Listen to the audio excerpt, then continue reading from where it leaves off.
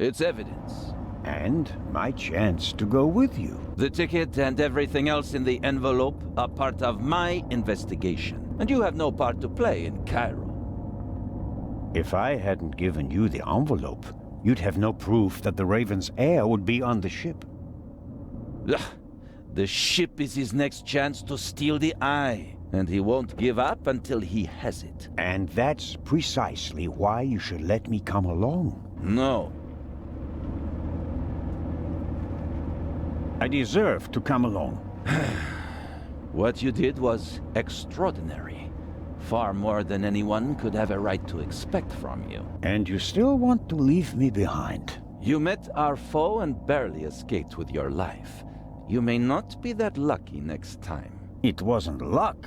You can return to Switzerland with your head held high. Enjoy your triumph. I have not achieved anything yet. The Fiend tried to kill us, and he's still at large. What else did you find out in the tunnel? Not much.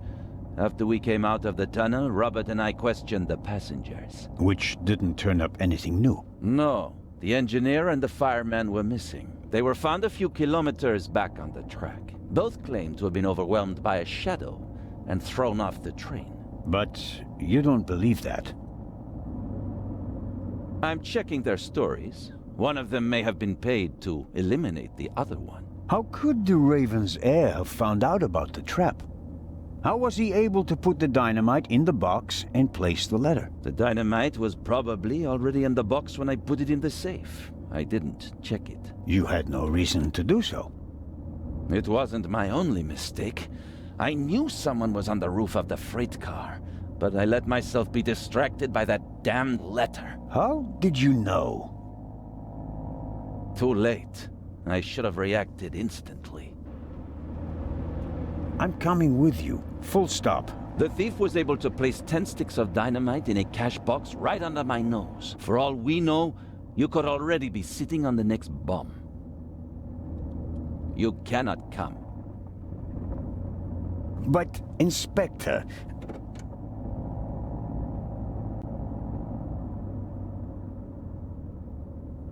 We're here.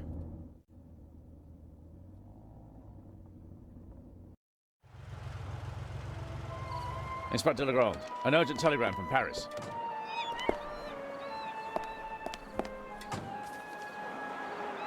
Bad news?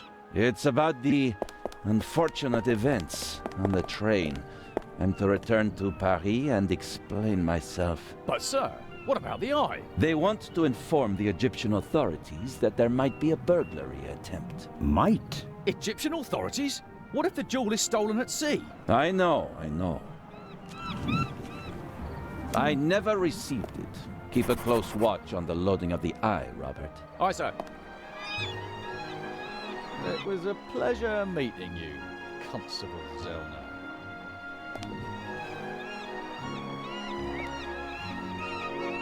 What is the constable's problem with me?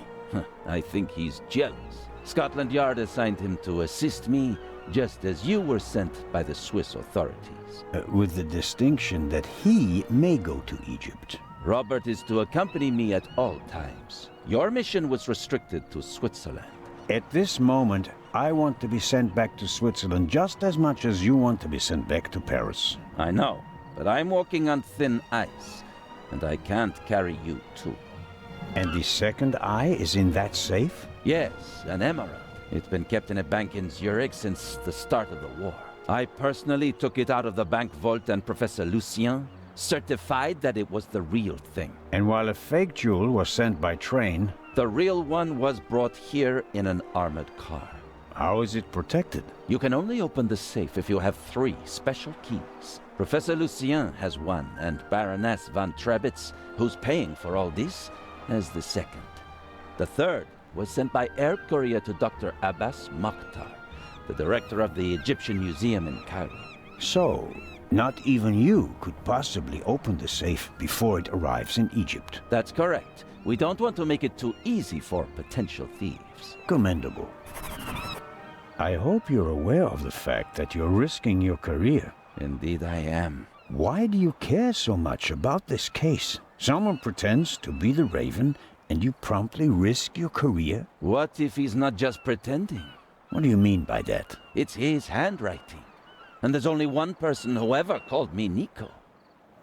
Have you ever considered the possibility that I shot the wrong man? But what do you mean by that? Let us assume just for a moment that the person I shot and who fell from the roof was not the Raven. Who would have cared enough to uncover the truth? The chief of police, the politicians?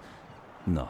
They wanted to revel in a successful manhunt, and it was the best thing that could have happened to the Raven. The search for him was over. He had no reason to fear me anymore. I had so many medals afterwards that he could hear them jingling kilometers away. And now he's back? And you're the only one who can stop him? Does that sound probable to you? The feathers, the letters. Nico. No one outside the police force knew that the Raven used to call me that in his letters. Policemen gossip, and there are plenty of forgers. You can't seriously intend to stake your reputation on such weak evidence. My reputation rests on something that I probably did not do. I have to find out who's behind all this. Let's review. One of the two most valuable jewels in the world was stolen.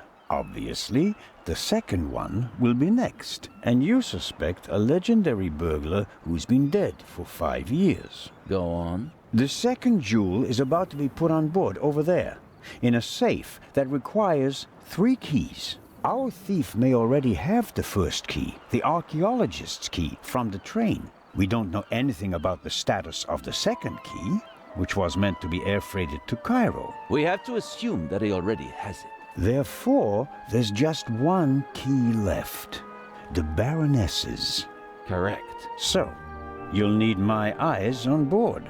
Look, you can keep your eyes open for me here on the wharf. I'd be most grateful. But when this ship sets sail, you will not, I repeat, not be on board. But, Inspector...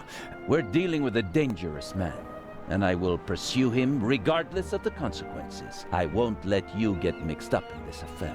It's still my decision. No, it's not. It's mine, and I've already made it.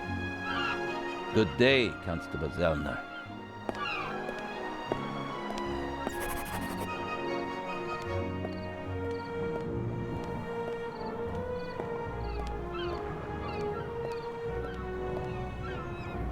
I'll be marching up this gangway today, no matter what.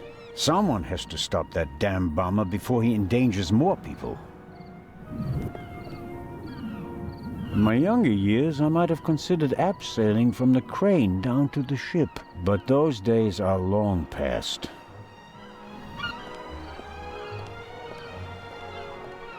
The sea is quiet today. Ideal conditions for a cruise. Unfortunately, I didn't have time to see the sights in Venice. Paperwork served up by my Italian colleagues took up most of the day.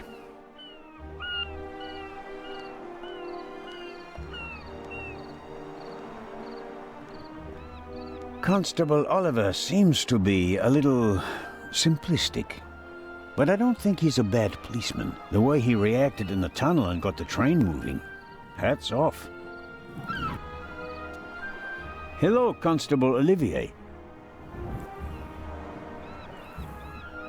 It's Oliver. I just wanted to say that you did a good job in the tunnel. Thanks. How did you know how to get the train moving? I come from a family of miners, and my uncle is an engine driver down a mine. I see. And you looked over his shoulder? Yeah, best way to learn. Did Legrand tell you about his theory? That it could be the real Raven? Of course he did. We're partners. But the modus operandi doesn't fit at all. The Raven wasn't a bomber. We have the letter. And the feather. That's his symbol. Anyone can put a feather in an envelope. You would know. What's that supposed to mean? It was you. What was me? You put the envelope on the safe. To blow myself up? You threw the bomb away, and now you're the famous hero, right? And the Raven must have paid you pretty well. That is ridiculous. Is it? Only you and I and Legrand were in the freight car. One of us must have put the envelope on the safe. Legrand didn't. And I didn't think about it.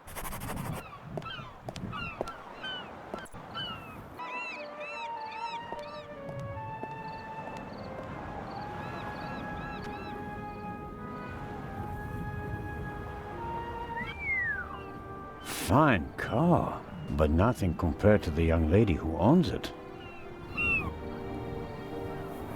Who could she be? An actress? A millionaire's daughter? She's certainly attracting a lot of attention. Amazing how much luggage there is for so few passengers, and I'd guess that 3/4 of it belongs to the women. I'll take an inconspicuous look up close.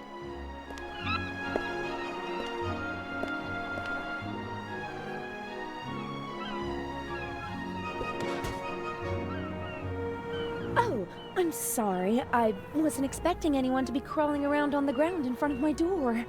Don't worry about it, miss. No harm done. That's good to hear, Mr. Zellner. Anton Jakob Zellner. May I ask your name? Patricia Mayers. Are you American? I am. Could you help me, please? Certainly.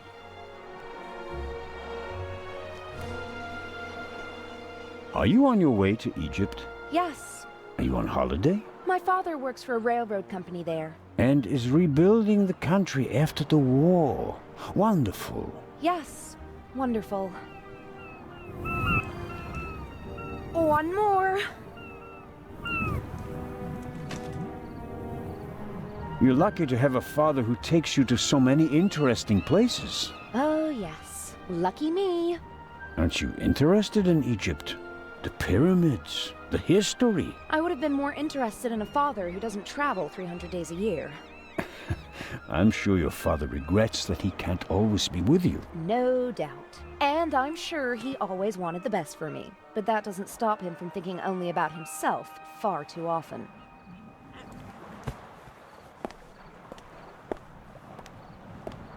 Bring my luggage on board, please. Excuse me? It was a pleasure meeting you, Constable Zellner. Impertinent.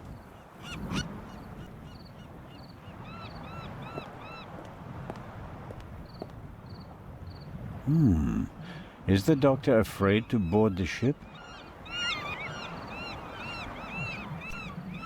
Hello, Dr. Gebhardt.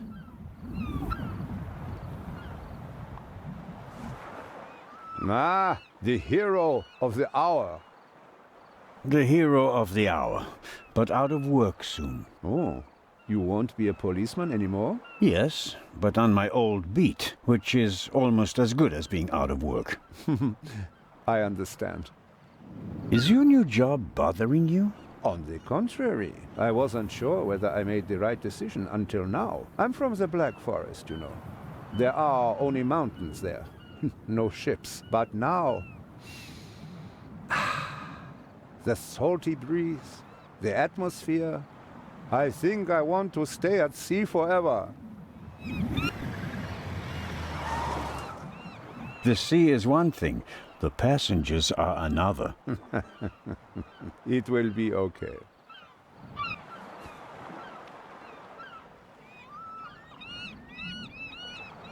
What do you know about the Baroness? Nothing really. Did you talk to her in the tunnel? No. Her butler was looking after her, and I was busy with Miss Miller. As you can imagine, it was a shock for her to see her son rolling away on a burning train. That's understandable. So, we were all glad when we heard about your brave deed. Have you already met the captain? Mario Di Conti. Heard of him? Should I have? He is something of a star in Italy. A war hero. In the First World War, when he was a young man, he sank more enemy ships than anyone else. In the Second World War, well, he had some personal problems. You mean like the ones you buy in bottles and pillboxes? Yeah, you could say that. Anyway, sending him into combat was out of the question. They gave him a supply ship instead, and he became a hero again. His ship, part of a convoy from Palermo to North Africa, was the only one that made it. with an extra 100 seamen who he rescued from the other ships. Impressive. To say his health is rather shaky these days would be an understatement. I think most of my time on board will be spent dealing with his numerous ailments. Well, there's nothing left for me to do but to wish you a good trip. Oh, you are not coming with us? Unfortunately, no. I'm to go back to Zurich. What a pity. Take care, Dr. Gebhardt. Oh, I just remembered. We found these in the tunnel. Are they yours? I'm afraid so. Strophantine. Do you have heart problems? Maybe it's for the best that you're not coming along. Too much excitement could be bad for your health. You mean, if I don't do anything, I'll probably have a few more years to live? That's right. Keep your chin up.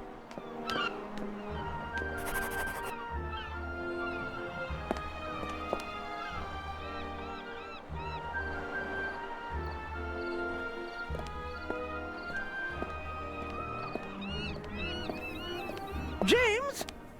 James! Where on earth are you? Hello, Baroness. Ah, Inspector. Constable. Poppycock. You won't be a constable much longer. When they find out how you rescued that little boy, they'll have to promote you to Inspector. Very kind of you to say so, Baroness. I hope you survived the adventure in the tunnel unharmed. Scandalous. You book a first-class cabin, and then you're walking on the rails. Huh. They wanted to bundle me off in a bus without my luggage. The circumstances, madam. I insisted on a limousine and didn't leave until all my luggage was recovered.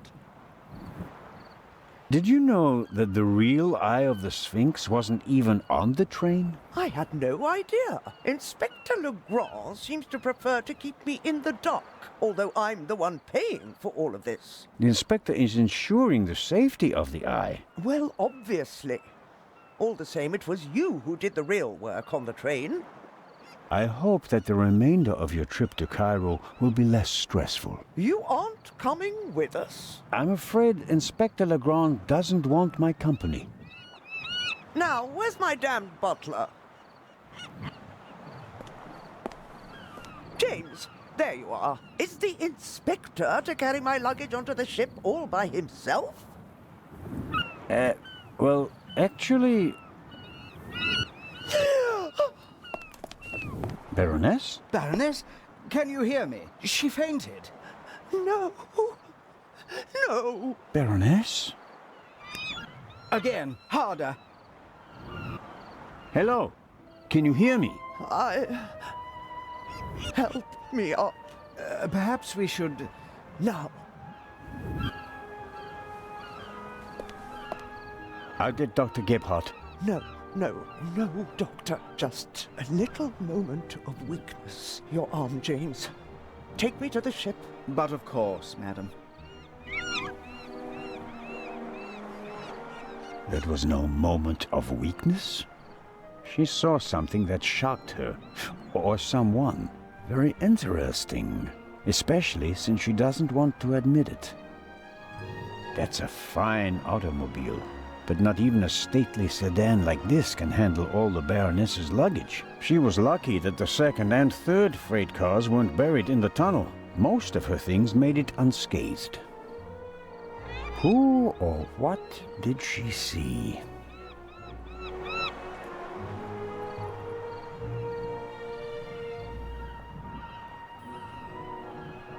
Neither of them seems to have noticed what happened down here. You'll have a tough time with her. How does one get aboard without a ticket? Not brilliant, but it's a possibility.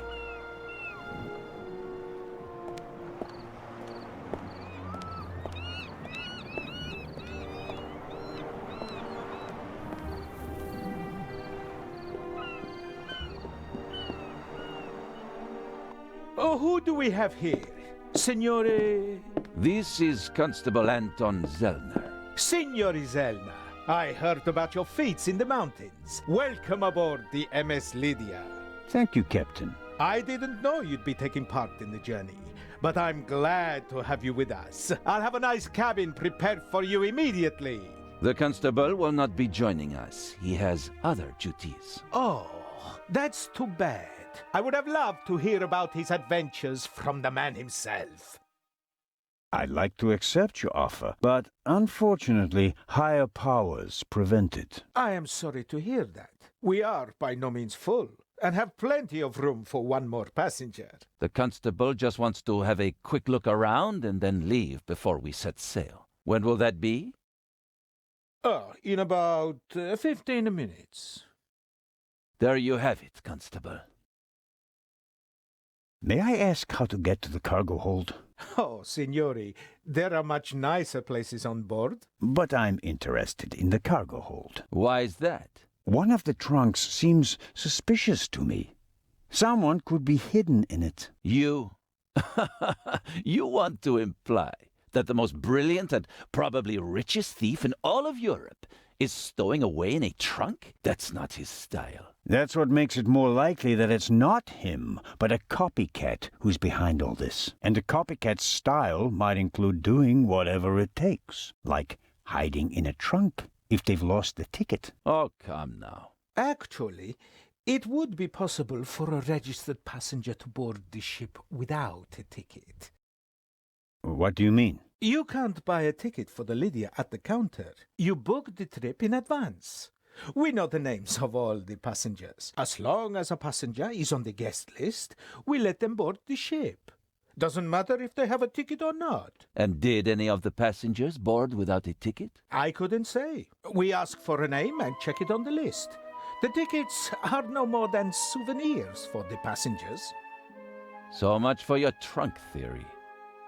Regardless of what you say, I would still like to examine the cargo hold. All right, then, if you like. But we'll meet here again in 10 minutes. Captain De Conti, before we depart, I'd like to send 2 telegrams. Certainly, Inspector. The cargo hold is over there. You can enter through a door on the forecastle. The horn will sound twice, 5 minutes before we set off. That's the signal for all the dock workers to leave the ship. Understood, Captain. Follow me to the bridge. You can send your telegrams from there. My time is running out. If I don't find anything in the cargo hold, my cruise will be over before it even begins. Oh, no. Oh, what's this? Aha. That's the young woman's cabriolet. Apparently they absolutely had to take it to Egypt, at Daddy's expense, of course.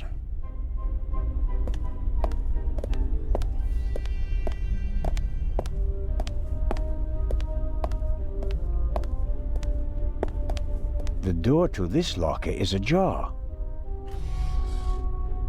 Empty. The left 3 lockers are locked.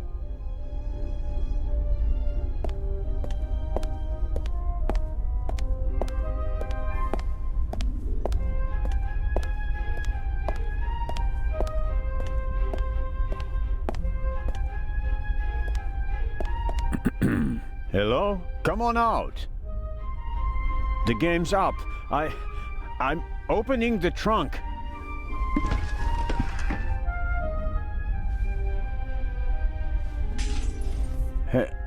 Hello? I'm sure someone was in the trunk, but where are they now?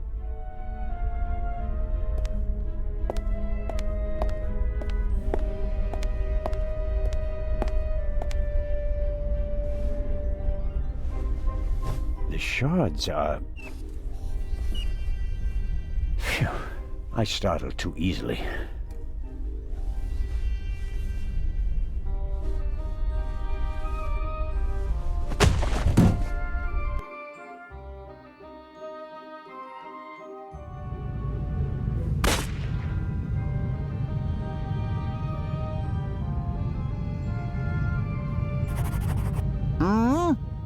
For who?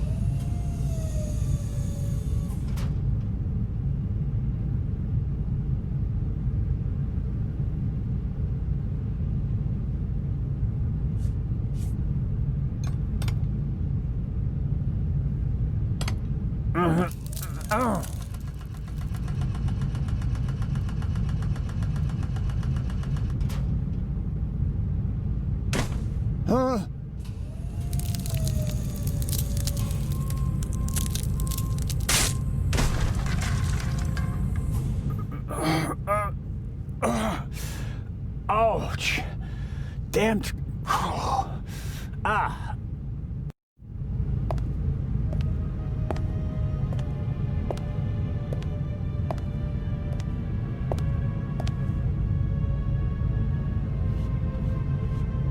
It would be best if no one found out about this.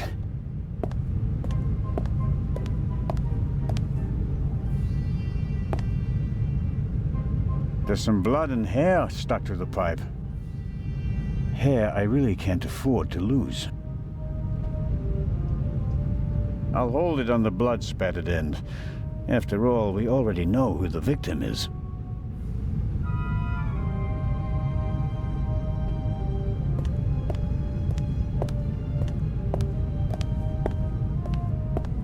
A chair is the last thing I need right now. I was sitting long enough over there in the corner.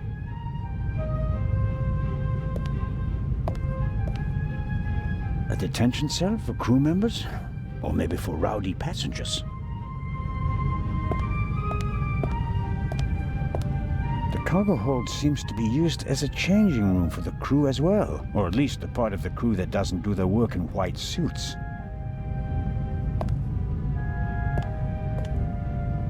The shot hit this crate. The question is, was the gunman actually trying to hit it? And if so, why?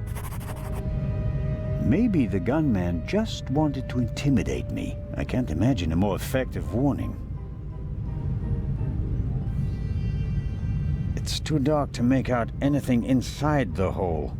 I should take a closer look later.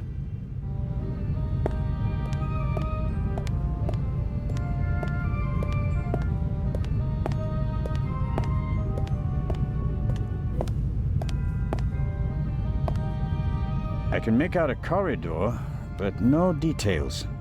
The glass is too dirty, and there's no light in there.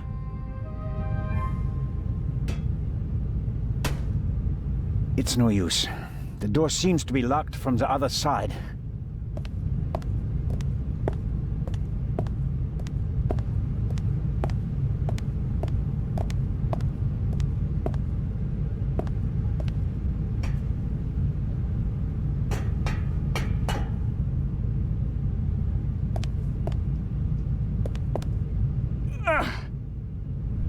Whoever locked the door is stronger than me.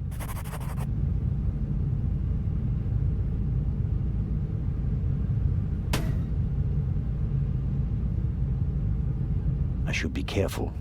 The gunman may still be nearby.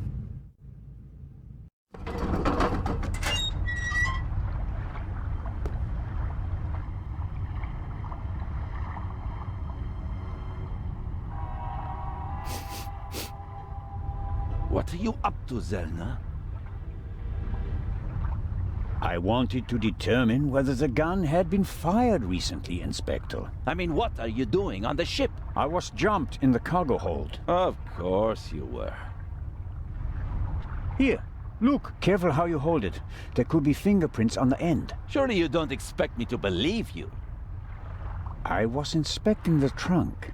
I found it in the cargo hold, and it was clear that someone had hidden inside it to board the ship. Some people are willing to go to great lengths to be a part of this journey. Indeed. Whoever it was, they struck me on the head from behind with the pipe while I was looking for clues. Oh, and they shot at me as well. Ridiculous. You wanted to come along. Orders be damned, and so you found a way to stay here. I should throw you overboard. I would have dreamed up something less painful. True. That doesn't look good. See? And there's a bullet wedged in a wooden crate down there. I don't have a gun. The doctor should have a look at it. Come with me.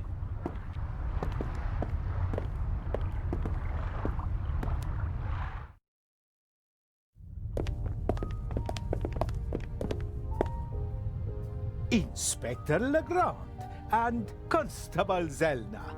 So you have decided to join us on our journey after all? So it would seem.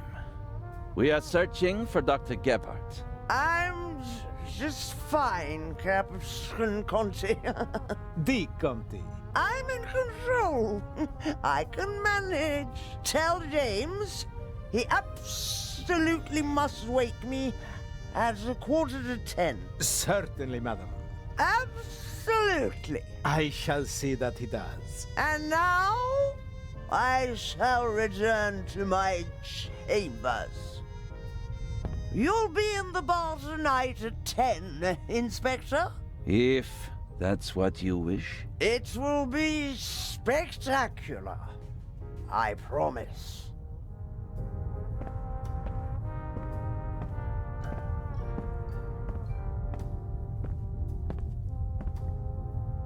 The fresh sea air, and perhaps a glass of champagne to many. But I'm glad that you decided to join us on our journey to Cairo. Not quite voluntarily. So he says. I was jumped from behind. But no, that is... Dr. Gebhardt should have a look at him, Captain De Conti. Of course. Please, have a seat in the saloon, Constable Zelna.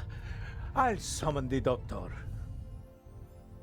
Ah, Doctor, there you are. Our brave Constable Zelna was attacked. Struck on the head. Oh. Sit down, please. Now, please, tell me exactly what happened. I think you've got a stowaway on board. I was jumped. Intolerable. I'll have the crew search every nook and cranny of the ship. And of course, Mr. Zelna, you are cordially invited to travel as our special guest. Good to know that at least one man doesn't want to throw me overboard. Is it bad? Yes, it hurts a lot. I spoke with Dr. Gebhardt. He suffered a violent blow to the back of the head. I cannot really say how bad it is. But I can. It really hurts. Why didn't anyone come looking for me? Didn't anyone notice that I didn't come back from the cargo hold? We did search for you, but we couldn't find you. Who was supposed to search the cargo hold? Constable Oliver. I'll have a talk with him about that later. I should hope so. How many fingers do you see? Fingers? Mr. Zelna. 3 fingers. Okay. Where are we, and what time is it? I must have been out for ages. It's just after 8 p.m. You just missed dinner. But we'll all meet here in the saloon at 10 o'clock to have a drink together. Greeting the passengers personally is a tradition I will not break, even on this unusual journey. You're all right now, Constable. The bleeding has stopped and the wound looks good. You may have a mild concussion. You just need a good night's sleep. And tomorrow, your only worries will be a headache and an impressive bump.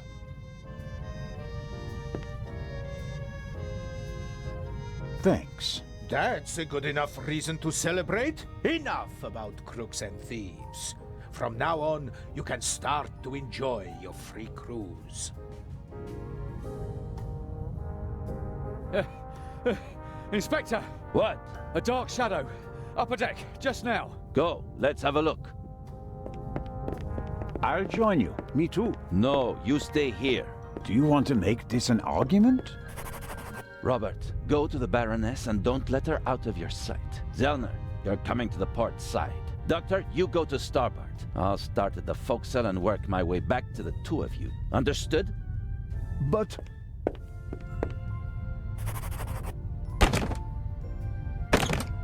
Baroness von Trebitz! Hello? Baroness von Trebitz? Open the door! All right, Doc. I'm off. Oh no, I'm not going on a manhunt all by myself.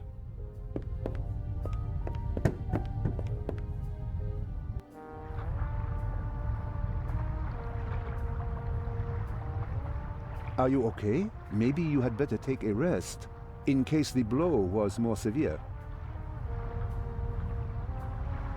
I'm okay. Zellner, up here! Come on. I think it came from up there. Sure, you just wanted to get a breath of fresh air.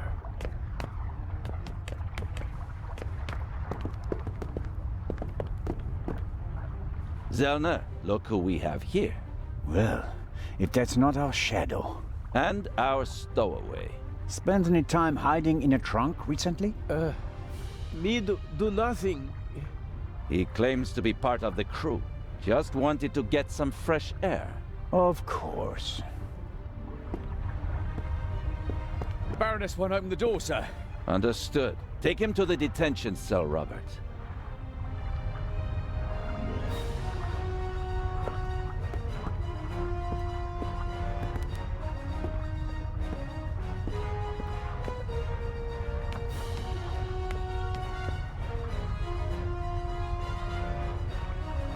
You were right. There was a stowaway. Yes, but he can't be the Raven. He's too young. Right, but that doesn't mean that the Raven isn't lurking here as well. What was that? A shot! It came from one of the cabins.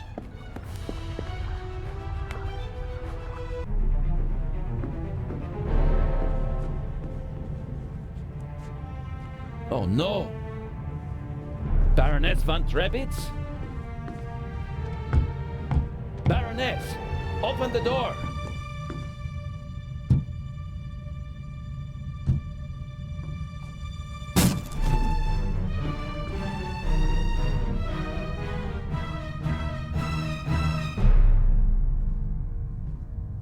Step aside, please.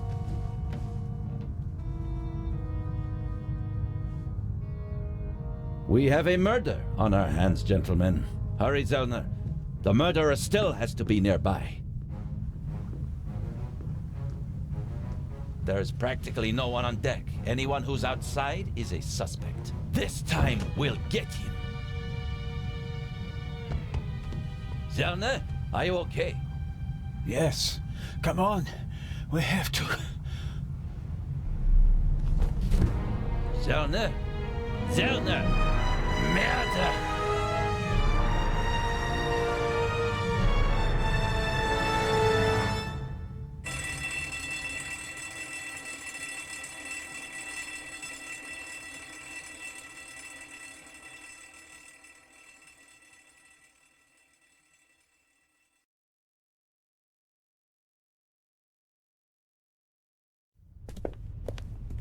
Ah, you awake?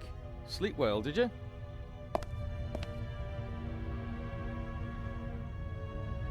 Save your breath. What's the status of the investigation? Don't take that tone with me. While you were sleeping, we were working.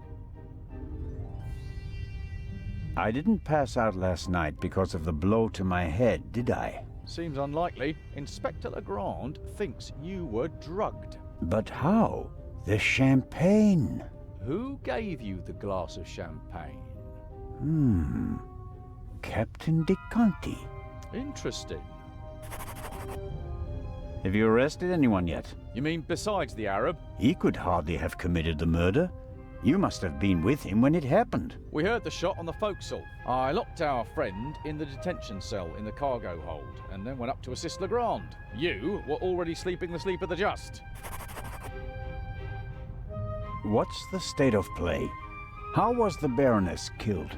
The Baroness was shot in the chest at close range. We'll know more once the doc finishes examining the body in the medical centre. And no one saw anything suspicious? No one saw a shadowy raven leaving the Baroness's cabin, if that's what you mean. A lot of people heard the gunshot. Inspector Legrand wants to question the passengers again this morning, once they've all calmed down, and he's had a chance to examine the evidence. I suppose that you and Legrand inspected the crime scene and the surroundings. Of course, and we already hit the jackpot. The murder weapon. Really? Where did you find it? On the gangway. The gangway for boarding the ship folds up and hooks onto the hull when it's not being used. The murderer probably wanted to throw the gun into the sea. He casually dropped it overboard. But it landed on the gangway. Bad luck. But Legrand and I were on the side deck right after the shot. There was no one there. Maybe the murderer threw the gun away later. We recovered it in the early hours. About the champagne, shouldn't it be possible to find traces of the tranquilizer in the glass? That is exactly what Legrand is trying to do. Without a laboratory? Oh, he's got a lab. His cabin is packed with all the latest forensic stuff. It's quite impressive what the inspector can do. A competent man, no doubt, and surprisingly well prepared. And diligent. He's been at it all night with his brushes and tinctures and glasses and everything, working like a man possessed. I wouldn't want to be the Raven now. Besides the Arab, has anyone else aroused your suspicion? No. Seconds after the alarm went off, the decks were swarming with frightened passengers. Yes. A clever way to stay incognito during the commotion. But we still have our primary suspect, the Raven. You really think he's returned? Well, I think that no one knows as much about the Raven as Legrand. But still, it all seems so incredible. I think I'll look for Inspector Legrand now. Do what you think's best. You won't get rid of me. I'm here to stay, Constable Oliver. Be that as it may, Inspector Legrand ordered me to guard the cargo hold with our special guest. That's fine by me. Inspector Legrand may be able to get by without sleep for days on end, but not me. It's not easy playing with the big boys, Constable Zellner. No, it certainly isn't.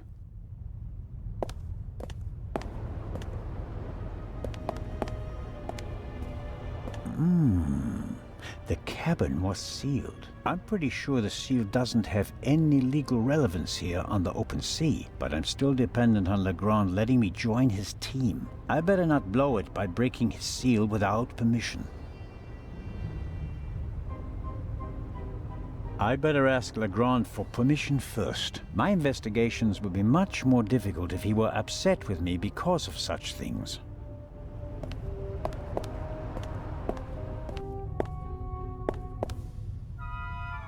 An antique wooden globe. If Galileo hadn't asserted himself back then, this would be a flat disk now. Looking out the window, I'd call that an understatement.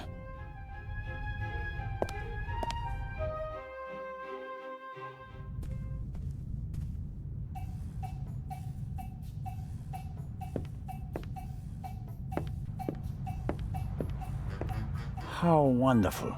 Sunshine and a blue sky above the Mediterranean Sea. It would be a perfect cruise day, if not for the murder. The ship must have been rebuilt at some point. I'm sure it didn't originally have such a modern glass roof.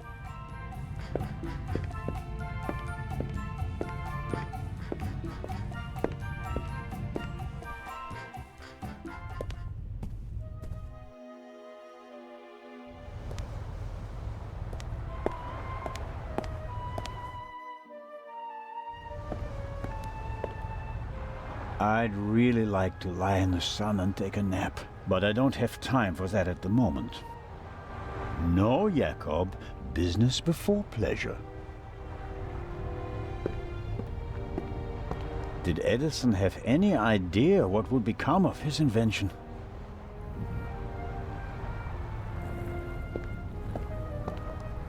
Big, soft towels. I could reserve a deck chair with it. No, better not. These things made quite a racket last night. I couldn't hear myself think.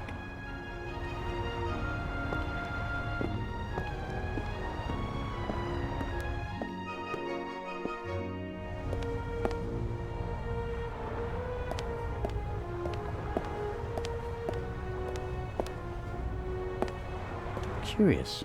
One can easily toss a gun into the sea from almost anywhere on the ship without being noticed, and yet the murderer chose the one spot where it's not actually possible.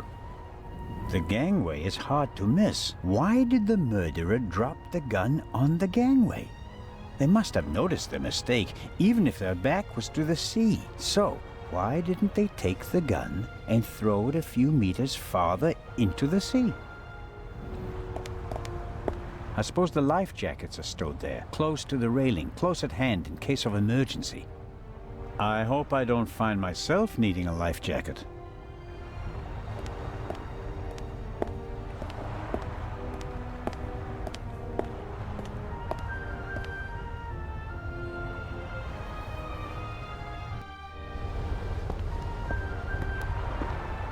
We were here yesterday when we heard the shot, and it was also here where Legrand caught our stowaway.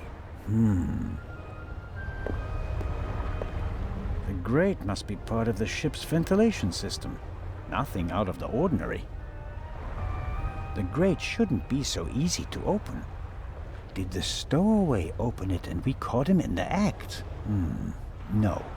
The pipe is too narrow. He wouldn't fit in there. I guess the cover has been defective for a while. I could inform the captain that the grid has to be repaired, but if I start reporting all the problems on the ship, I'd have to shelve my murder investigation. This isn't a panoramic deck for visitors. There are pipes, steel cables, chains up here. You can smell the smoke from the funnel. I have no idea how the ship works, and I really don't care, as long as it stays afloat. A boat like this would also make a good hideout for a stowaway. Were the tarpaulins arranged like that on purpose so that no one could put them back in order once they get in? You can tell at a glance that everything is ship-shape with this boat. Why is there an axe hanging here? I suppose it's for chopping through ropes in the event that the lifeboats can't be lowered, or they use it to enforce who's allowed on the boat and who's not. The ship's bridge. 2 men, one of them navigating. I get the impression that the officers keep things running. It seems like the captain concentrates on the passengers and the bar. I better let the men do their work. If one of them had detected something yesterday, he'd already have informed Legrand or the captain. There's dirt piled up in the corner. Down below where the passengers are, the ship is pretty clean. But the crew doesn't seem to care as much up here.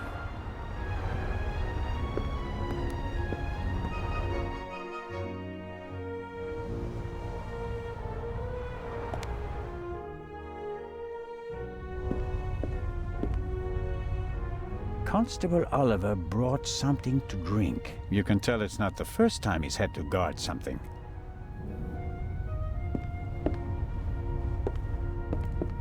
It may not seem like it, but Constable Oliver is actually a very effective watchman.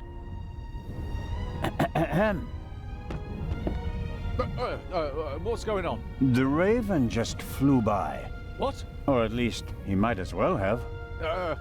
I wasn't asleep. I understand. It was just a ruse.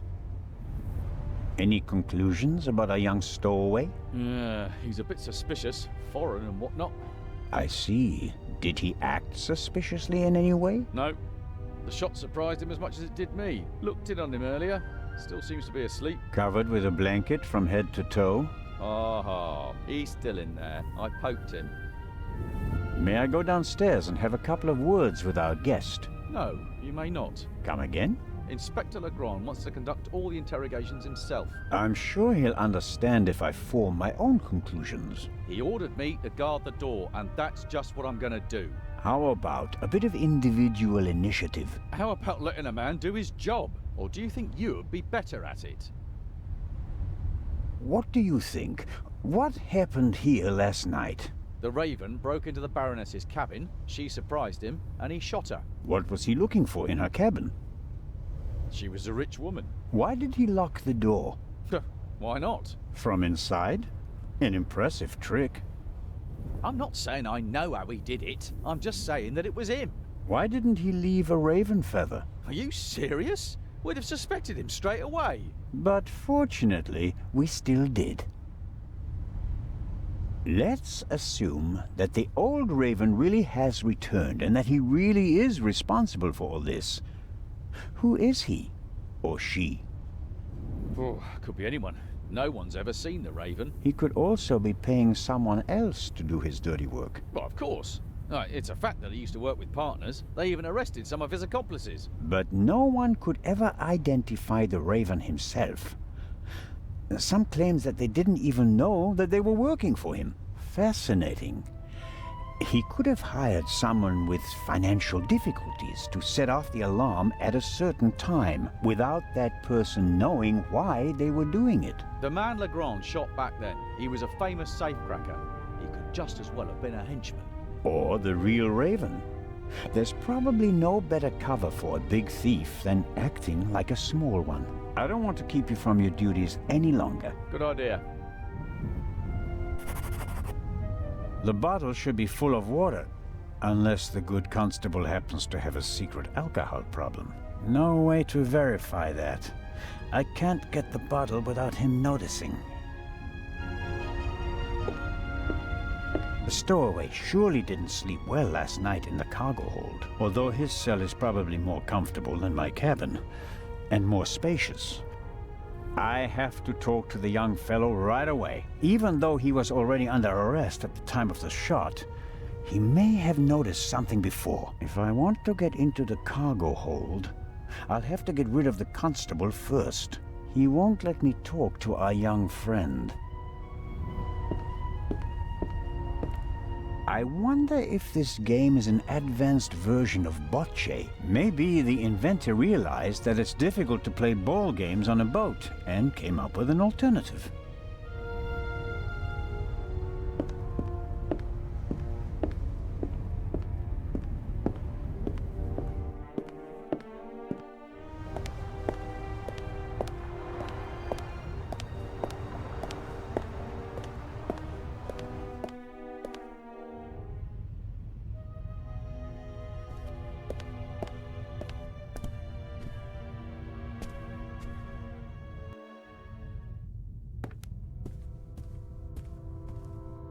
An alarm like this one was set off yesterday.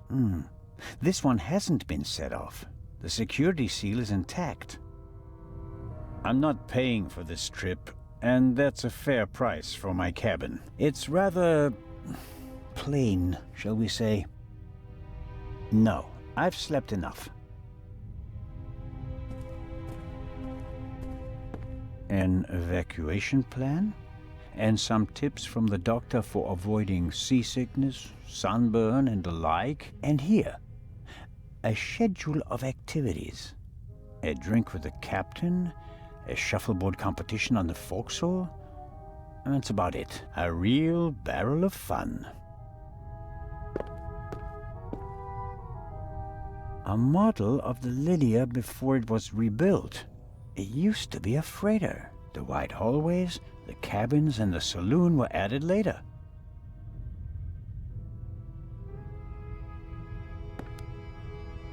A pitiful attempt to make the interior of the ship seem less dreary. A bit of paint on the walls would have helped more, especially since a plant won't survive long without daylight.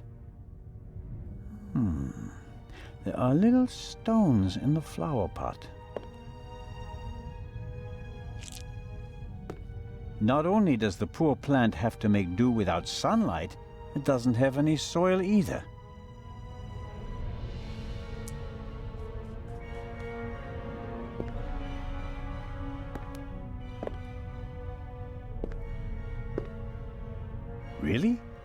What am I supposed to do with stones? Although, sooner or later...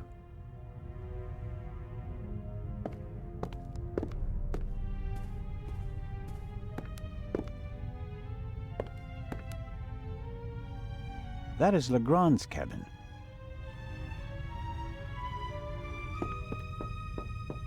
Come in.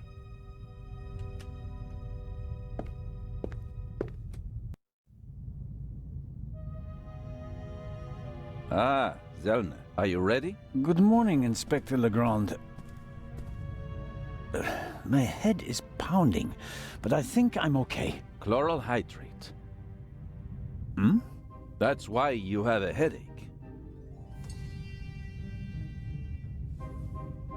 I found traces of it in your champagne glass. What have you found out so far? The Baroness was shot in the chest at close range. We heard the shot. The murderer quickly fled the cabin and dropped the murder weapon over the railing later. A simple story so far. But why was her cabin door locked? Exactly. If the murderer wanted to make it seem like a suicide, he'd have shot her in the head and left the gun at the crime scene. And if it was murder, why did he go to all the trouble of locking the door from inside? And how did he manage that anyway? Especially since we arrived just a few seconds later and didn't see anyone near the cabin. Something doesn't make sense here. No, it doesn't, and it's driving me crazy. Did you find the murder weapon? On the gangway on the side of the ship. I suspect the murderer tried to drop it into the sea. He would have stood close to the railing to let it fall unseen. And since he doesn't know the ship, he had bad luck and dropped it right onto the gangway. Indeed. And do you find that probable? Not a bit. Neither do I. What kind of a gun is it? A pistol, a Luger .08. Antique. Manufactured 1,000,000 times during and after the First World War. Austrian model. The owner is David Kreutzer, the violinist. We found him tonight totally drunk on the bow of the ship. He confirmed that it's his gun, but he claims that it was stolen from him. Fingerprints? Nothing. But it's worth mentioning that the clip was missing 2 bullets. And it's definitely the murder weapon. The ballistic tests are incomplete. Actually, I've been waiting far too long for the bullet recovered from the corpse. Pay the good doctor a visit, Zellner, and see that he does his job. Do you believe the violinist? He'll be the first person I question. He claims he can't remember anything from the last few hours. Says he drank a bottle of schnapps. He was on the train and he doesn't have an alibi. His drunkenness could be a smokescreen. He fits the profile. He travels a lot, has access to high society. Could be interesting. And this chloral hydrate? Is a tranquilizer.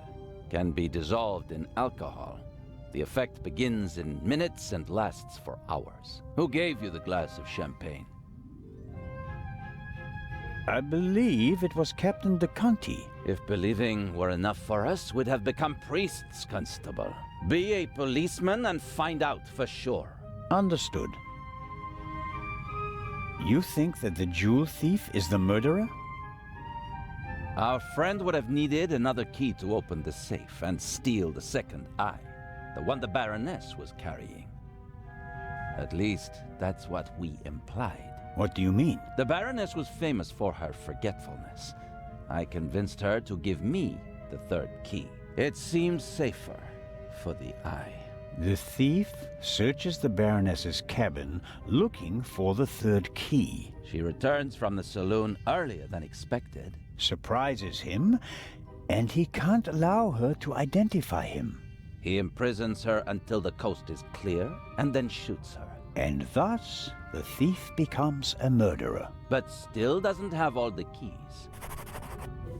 Are you sure that there's no bomb inside this time? Professor Lucien locked it in front of an audience, and it will be opened for the first time in Cairo. Let's hope so. It would take hours to crack it, and you'd need heavy machinery. Or the keys. Or the 3 keys, that's right. Do you really think that the Raven is behind all this? He wrote the letter that was on the safe in the train.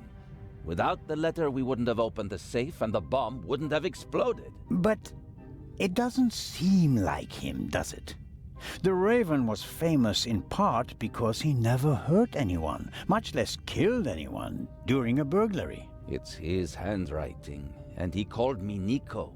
No one else does that. I chased that man across Europe for years. It is him. It has to be him. But the evidence... Enough. I'll be on my way. I want to find out who gave me the drugged champagne. Good idea. And get the bullet from Dr. Gebhardt. Of course. Inspector Legrand, are you okay? Maybe you should take a break. I can sleep once I've caught the Raven. Goodbye, Constable. Be seeing you.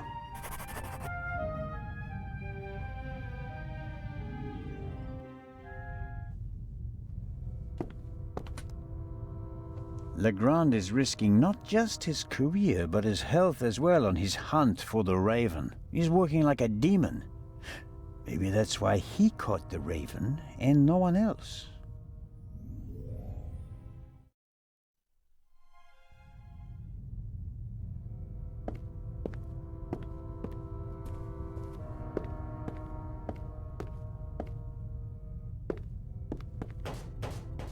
Come in.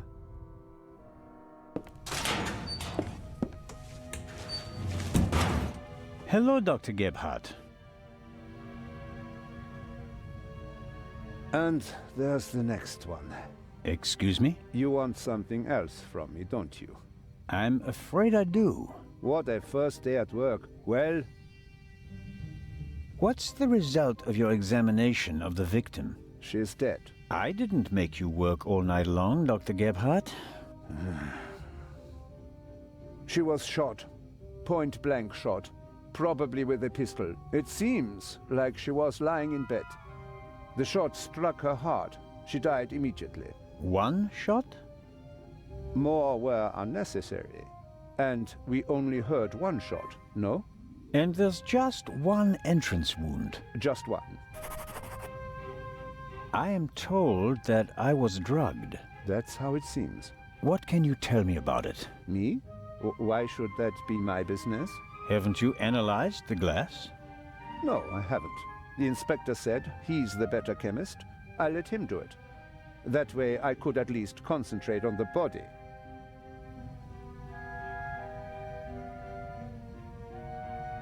Do you think the Baroness might have been drugged? She was very tired and unsteady when Legrand and I saw her. Yeah, I heard about that. I must have just missed her in the saloon. And without having seen her myself, it is hard to make a diagnosis. Of course. Can you say something about her general health? She was quite overweight, and the butler said that she suffered from diabetes. Despite that, she hadn't visited a doctor for several years. Doesn't sound good. Happens more frequently than you might suppose. Some people are scared of doctors and pay with an early death. It is possible that the Baroness wouldn't have lived much longer anyway. Do you know whose glass I drank from? What do you mean? Captain de Conti handed me a glass of champagne. But where did he get it? I don't know. Did you ask him? I'm just asking because you were also in the saloon when the champagne was served. Yes, but I only entered the saloon a few seconds before you did. I didn't manage to get a drink myself. Which, in retrospect, is lucky. Ah, you're right about that. Have you already removed the bullet? Did Legrand send you? What is that Frenchman's problem? I already told you. I will get in touch as soon as I have it. That is also what I told the constable, who he kept sending all night long, once I finally got rid of Legrand himself. Did he look over your shoulder?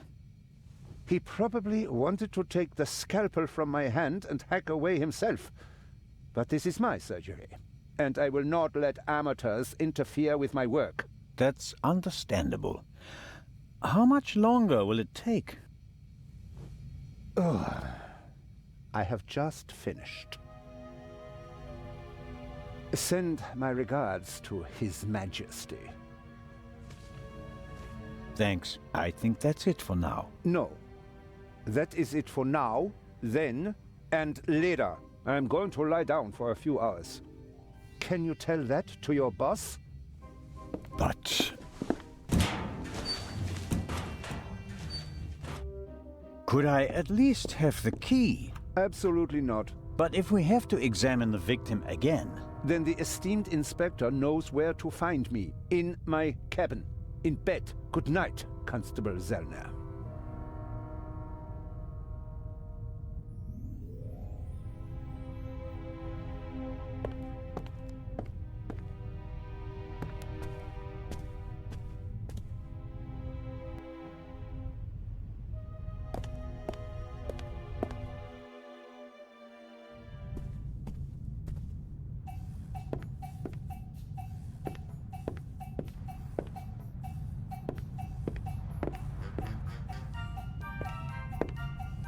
The alcoholic drinks and everything that goes with them is top-notch on this ship. Fresh ice and tongs. They could be useful. Constable Zelda, what is the meaning of this? Are even the police light-fingered nowadays? I need this tool for a criminal investigation. Well then, why didn't you say so? So, how are you getting along? Can I be of any help? Actually, you could answer a few questions. What was your experience of last night? Oh, terrible. Dinner was fantastic. Everyone was excited about having a pleasant drink under the stars. And then this. You were in the saloon all night long. As the captain, I have to care for my passengers. After you and the others rushed out, I tried to maintain a festive atmosphere. But when the alarm goes off, I lose the battle. How was the Baroness? She really surprised me. After she was so unapproachable at the reception and didn't show her face for the entire afternoon, I was afraid she was one of the beaux and bourgeoisie. But then she arrived in the early evening in the best of moods. Already had a few, if you know what I mean. Did she say anything to you? She asked me where Legrand's cabin was. I told her, then invited her to come for drinks in the evening. I said it would be great fun. The whole ship will be there, and you don't want to miss that, I told her. And then? She seemed to like the idea. She smiled, and then left again for a few minutes. Then she came back and seemed very happy. We drank a toast to life. But at some point she didn't feel well anymore? She overdid it a bit.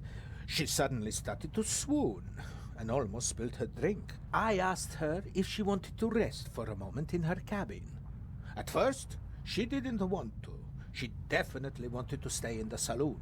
But then she realized that she really did need to lie down. We left together. You know the rest of the story. Did everyone drink from the same bottle of champagne last night? There was more than one bottle, if that's what you mean. There were quite a few guests, and the event lasted several hours. The last bottle of champagne, the one the Baroness drank from, did anyone else drink from it? Certainly. We have reason to believe that the champagne was drugged. Incredible. But wouldn't that have made everyone drowsy? Not if it was only the Baroness's glass that was drugged. I see. That's possible. On a night like that, many glasses are filled and emptied. There are several stewards, many guests. No one keeps track of every glass and every bottle. A few drops in a glass? Yes, it's certainly possible. The glass you handed me last night, where did you get it? Ah, I understand. You think your glass was poisoned as well? Did you pour it yourself? No. I saw that you weren't doing so well and wanted to rescue the situation. I took the first available glass and I give it to you. Was it on the table? No, I hurry over to you, together with Dr. Gebhardt, who... Of course, he had the glass in his hand. He was looking around for a place to set it down so that he could examine you. I took it from him.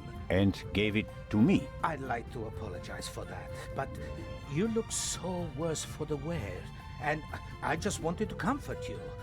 I didn't think of looking for a new glass for you. So the doctor had the drugged glass in his hand. Is it possible to find out where the alarm was set off? I'm afraid not. There are alarms all over the ship. I saw that they're sealed. Can't we just check whether the seal is broken? I'm afraid they're gonna be missing on a lot of alarms. You know, this is an old ship, and over the years... So, you're saying that the alarms haven't been regularly maintained? I'll inform the crew immediately, of course. Of course. What can you tell me about the passengers? Oh, not that much, I'm afraid. I wanted to get to know them properly at the reception. In most cases, I just shook hands with them as they boarded the ship. There are a few regulars on board, and after dinner, I had a conversation with Mr. Kreutzer, a talented violinist, and Lady Westmacott. But you already know them from the train. It seems like there aren't that many passengers on board. These bloody airplanes are making our lives miserable. Can you imagine? Grown men prefer to jam themselves into a narrow metal coffins instead of enjoying the fresh sea air on a ship. It's all about saving time. It shouldn't be about how much time it takes to get from A to B, but about how you spend that time. What you experience on the journey, that's what it's about. I'll get back to my investigations now. Ciao, Constable. Lady Westmacott seems to be an early bird, but maybe that's just because of all the excitement. I saw a twinkle in her eye on the train. She's eager to be part of a real detective story. Lady Westmacott, already on your... Oh. Constable, don't you think before you speak? I'm sorry. I didn't mean to. No time for chit-chat. What have you found out? We're still working on the case. Actually, I have a couple of questions for you. Please, go ahead. What did you think of our adventure on the train? An extraordinary story, isn't it? I'm glad that you were able to prove yourself, Mr. Zellner. Hopefully not for the last time. I'm glad that everything ended well. I want to thank you sincerely for taking care of Matthew. I can't bear to think about something happening to him. It all worked out in the end. Do you think that the thief from the train and the murderer are the same person? I think the new Raven is capable of anything. Legrand believes there is no new Raven. He thinks that the old one has returned. He said that. Do you think it's possible? Everyone thinks he's dead. As a dramatist, the return of the Raven would certainly be delightful. A legend comes back from the grave for one last job. It's quite romantic. At the same time, though, I'd be disappointed. Why is that? I followed the Raven's career closely. There weren't many burglars with such character and charm. His burglaries were clever and entertaining, but he was sloppy in London. He almost got caught, and I'll never forgive him for the affair on the train. No, I would much rather that the Raven stayed dead and had nothing to do with the burglary or the murder. What do you think of Inspector Legrand? He seems to be as skilled as everyone says. Intelligent, focused. I had a chat with him yesterday, and he impressed me, but there's something haunted in his eyes. I don't think he ever really stopped hunting the Raven. Catching the Raven made him famous. What if he actually shot the wrong person? Unjustified fame bothers people, the good ones at least. And you think he's one of the good ones? Anyone who tries so hard to tear down his own memorial must be honorable. Or insane. What do you think? Who is our suspect? Everyone. Or almost everyone. Everyone on board is physically capable of shooting someone. But who has the dark desire to take the life of a defenseless person? One cannot read minds. And one should not try. You have to collect evidence, traces, clues, That's what will lead us to the killer. It won't be like a bad crime novel, in which they introduce a new character shortly before the end who, surprise, surprise, is also the murderer. Murderers leave evidence. They're nervous or unnaturally relaxed. They have to adjust constantly. And because of that, they make mistakes. This is your chance, Constable. If you find the mistake, you'll find your murderer. Have you noticed anything related to the murder? Unfortunately not. I was already in my cabin and missed all the commotion. Damnable old age. You're telling me. Oh, you're still young. At my age, you have to expect that you won't experience much anymore. And although I've written about murder so many times, I've never actually witnessed one. How exciting. I doubt everyone is so relaxed in such a situation. Heartless is the word you're searching for, right, Constable? I certainly didn't want the Baroness to be murdered, but if I can't undo it, then I might as well enjoy it. I have to be going, Lady Westmacott. Please keep me informed, Constable Zellner. Of course.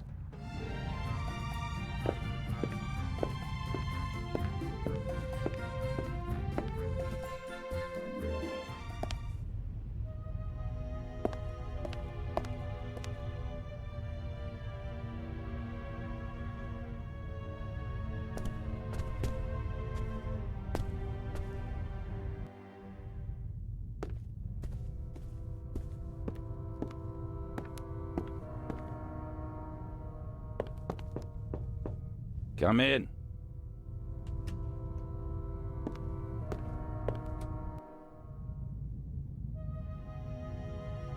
Constable?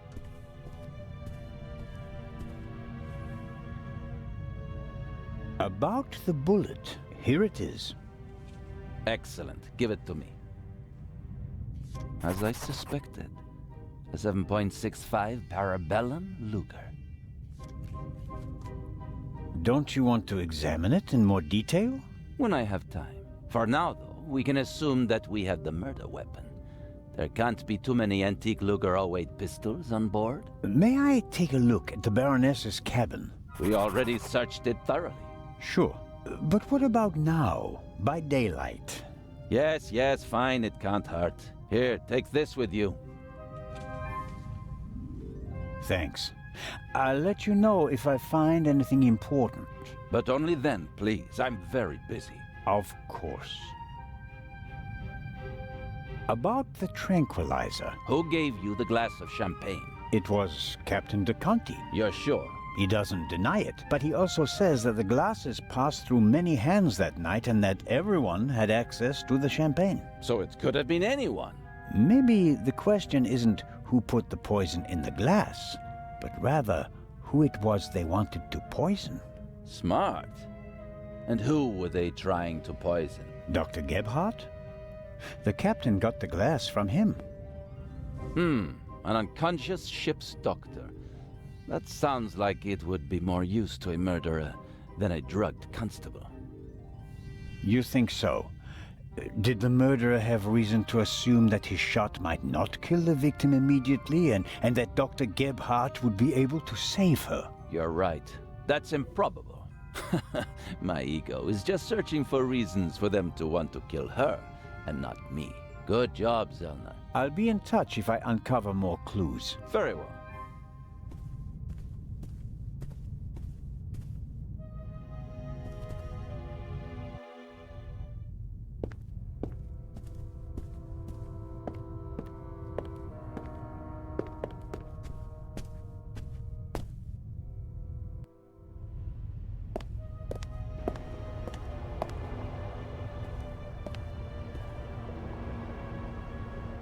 This is the first murder scene I've ever set foot in.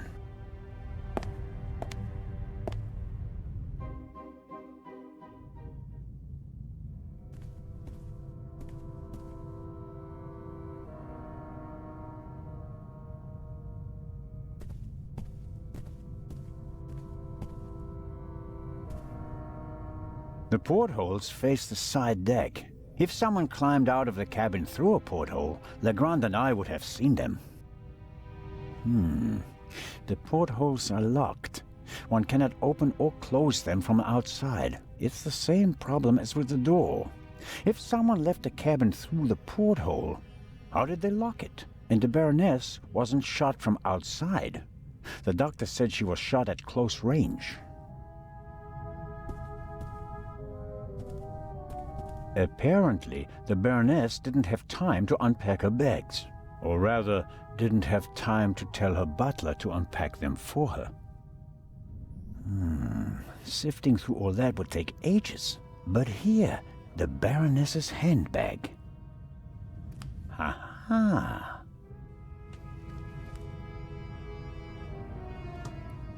A small leather-bound book.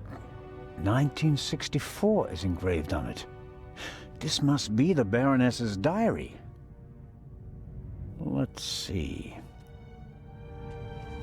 Yes, it's a diary, all right. Difficult to read. No entry from yesterday. A brief, sober description of what she's done recently. Met Morris, arranged benefit concert for renovation of Louvre Southeastern Wing, Times photo shoot for Eye of Sphinx, BM, poor excuse for photographer, too fidgety,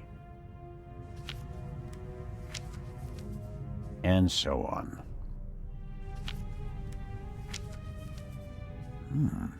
This entry looks strange. The handwriting is shaky, difficult to read. Dreamt of Bubby. Yesterday would have been his birthday. Next week, Jay's.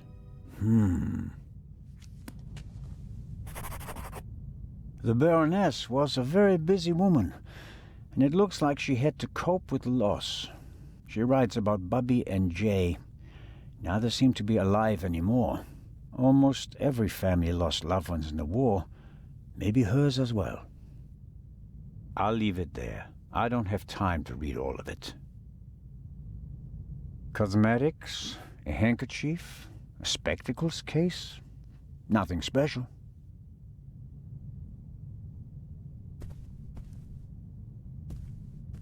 Something's under there. Down feathers. Maybe from a quilt or a pillow. Nothing special. Although it seems like one of the feathers was scorched at the top. Literally burnt. I'll take it with me.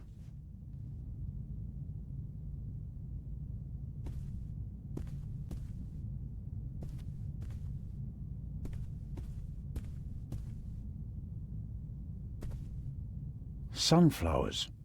By Van Gogh, I presume. He liked to paint that sort of thing. Can't be an original. They cost thousands of francs. The mannequin surely came with the cabin. A mannequin for the Baroness's clothes would have a more generous figure.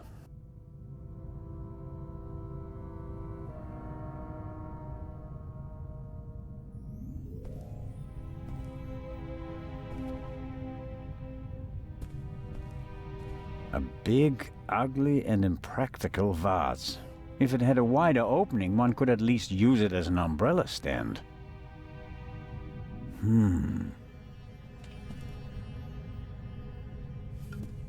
Can't see anything. Wow, heavier than it looks.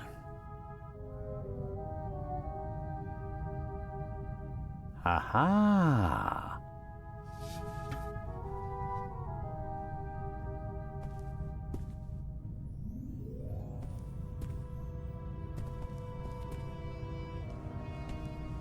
More feathers, and they're singed as well. I'd better take it with me. Why were the down feathers tossed in the vase? Or is there anything else in there?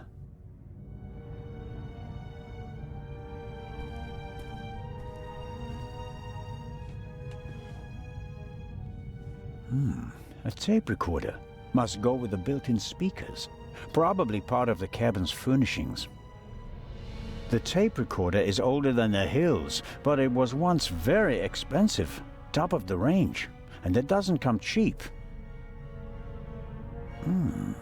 Strange. There's only one reel. And it's the wrong one. No. No sign of the original reel. A reel made by Zeibling. I know the brand. Zeibling's tapes can be overwritten many times without losing quality. They're used in offices so that executives can record messages for the secretaries on the same tape over and over again. But they're not good for much else. They're robust, but they don't offer much in terms of sound quality.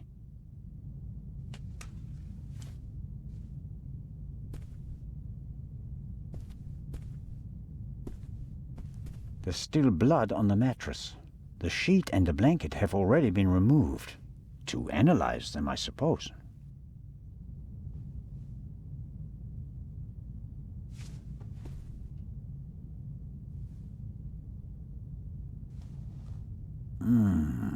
Nothing. The blood spot is the only sign that someone committed a crime in here. Somehow... That's odd. The blood is so red. Shouldn't it gradually darken in the air? Turn brown? The unusual color of the blood could be something that Legrand and Dr. Gebhardt missed last night. All cats are gray in the dark, as the saying goes. I should take a sample. The unusual color of the blood could be something that Legrand and Dr. Gebhardt missed last night. All cats are gray in the dark, as the saying goes. I should take a sample.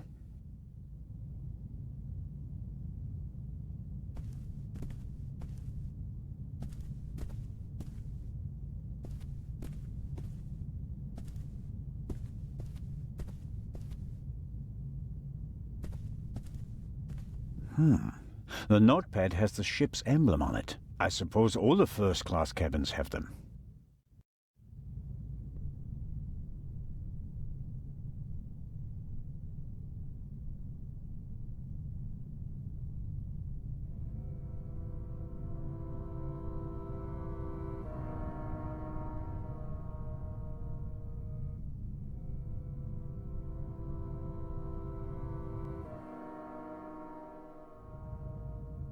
It says, Inspector, be in the saloon at 10 p.m. There is a murderer on board and I will expose him. B. The Baroness seems to have known the murderer, and that means that the Raven can't be the murderer. He never killed anybody. Legrand probably never got the message, otherwise he'd have said something.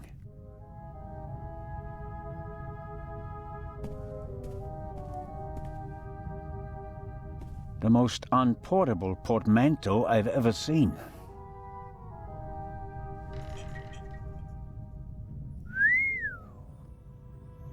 A portable bar is more like it. Must be hard work transporting this big, heavy thing halfway around the globe. And the Baroness was lucky that the other freight cars were only lightly damaged by the explosion. An impressive piece, but I don't think it'll get me anywhere with the murder investigations. Another alarm. It was tripped at some point. The seal is broken. But there's no way of telling whether it happened yesterday or 5 years ago.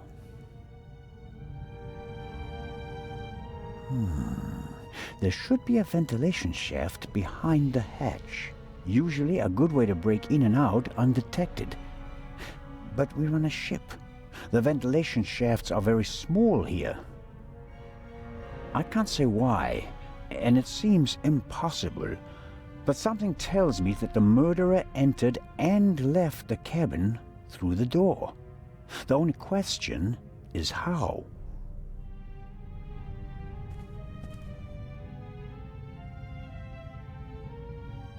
The door frame was damaged when Dr. Gebhardt kicked it in. The real question is, why was the door locked in the first place?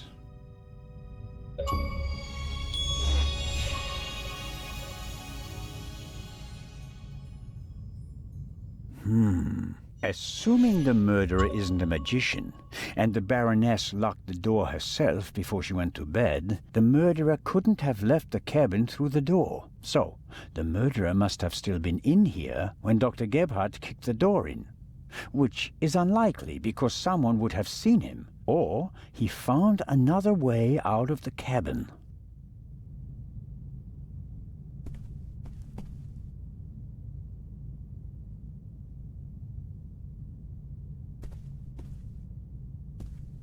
Could work. There's something in there. Ah.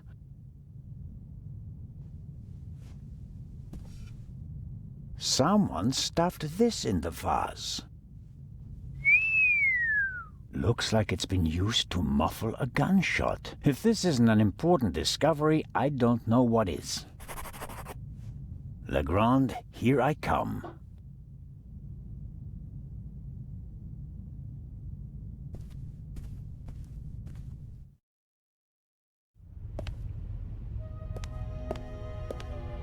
The Baroness's butler looks like he didn't get much sleep. I would describe his facial expression as worried.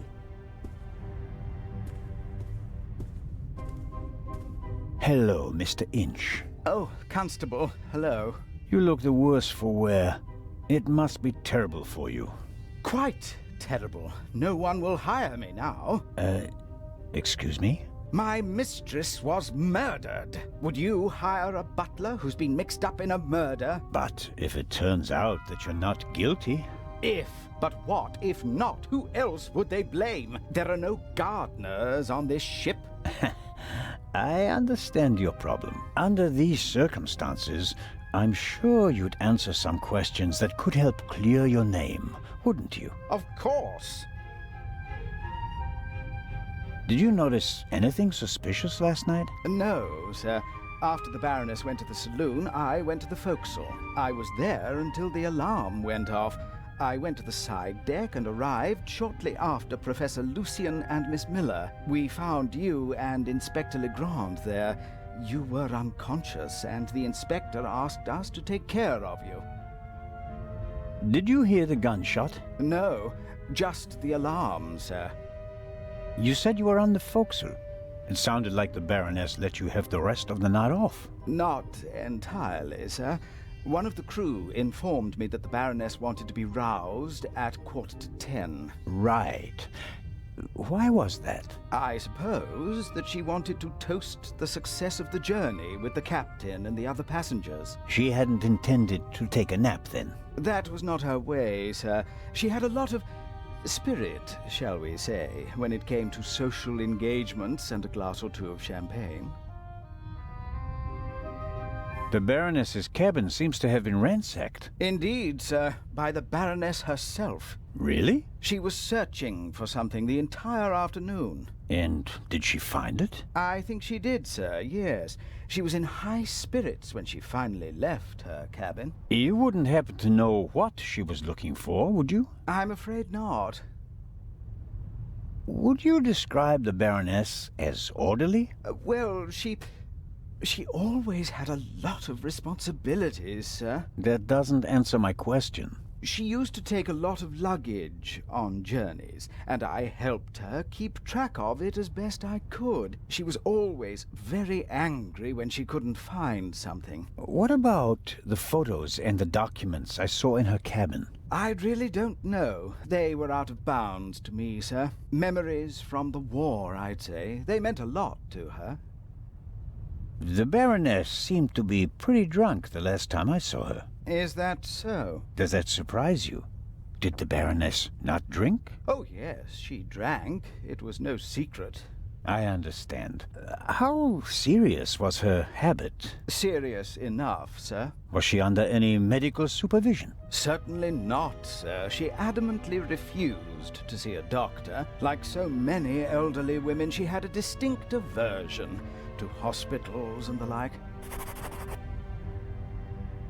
How long had you worked for the Baroness? 6 months, sir. Only 6 months. I always thought that butlers stayed with their employers for decades. Those decades have to start at some point, Constable. Her former butler wasn't able to fulfill his duties any longer. Gout, sir. I understand. I took on his duties and hoped for a secure position for the next 20 years. May I ask what happened to your arm? A souvenir from the war, sir. Doesn't it hinder your work? Yes, sir, obviously. I didn't mean to offend you. The Baroness had a soft spot for disabled veterans. I think she'd been through a lot herself. I think that's all for now. Please, sir, find the murderer. You have to clear me of all suspicion.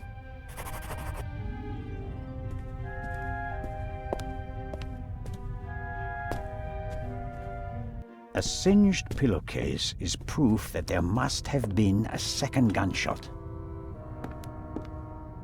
Inspector?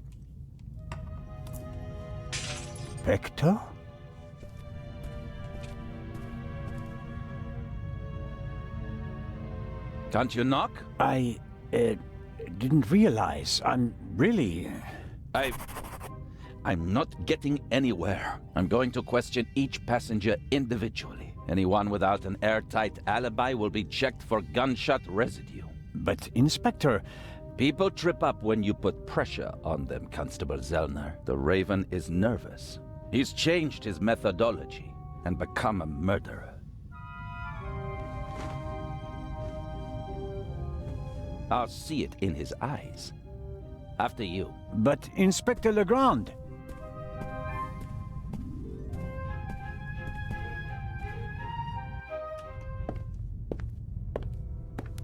We have no proof that the Raven and the murderer are the same person.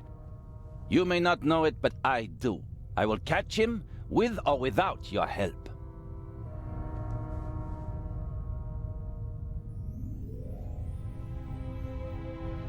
I don't believe it. What's gotten into him? Oh, well, it makes no sense to tell him about my theories if his opinion is already set. I need evidence. Or better yet, the murderer. I also need his lab if I'm going to get anywhere. I need to get in there somehow. And I really need to talk to the stowaway. He may have information, and the inspector will just ignore him, since he's too young to be the Raven.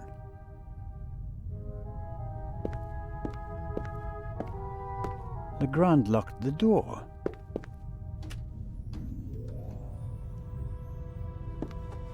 The lock isn't especially secure. If I had a wire or something like that, I could probably pick it.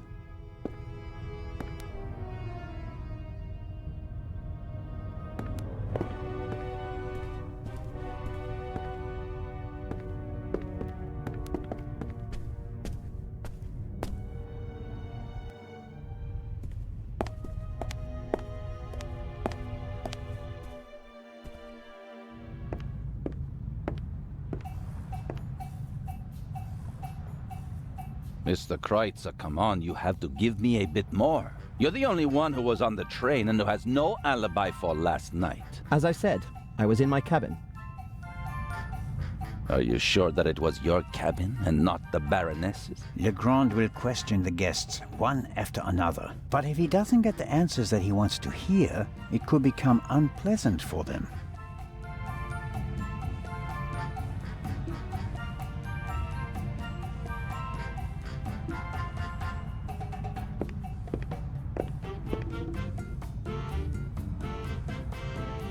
Mr. Kreutzer clearly feels uneasy.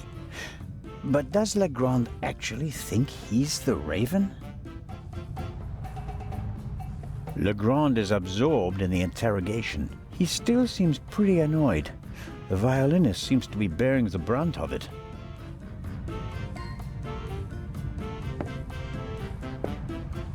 Lady Westmacott, may I bother you for a moment? By all means, Mr. Zellner. How is the questioning going? Are you implying that I'm an eavesdropper? The inspector is placing a lot of pressure on our dear Mr. Kreutzer. He's the only one who was on the train and who doesn't have an alibi for last night. Perhaps. But him? A murderer? I know people like him. He doesn't have enough backbone to kill someone in cold blood and remain so calm. He'd turn it into a drama, and then a farce, drink himself insensible, and then, railing at fate, pitch himself into the sea. Forget him. Legrand is wasting his time. Mr. Kreutzer just happens to be a perfect fit for the inspector's image of the Raven. Athletic, cultured, moves among the rich and famous. I'll eat his violin if he's the Raven or the murderer. I have to be going, Lady Westmacott. Please keep me informed, Constable Zellner. Of course.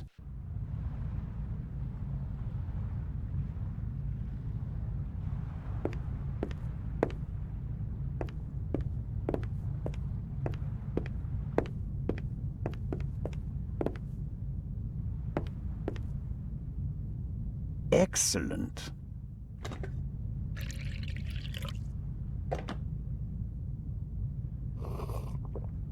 Ah, that's just what I needed.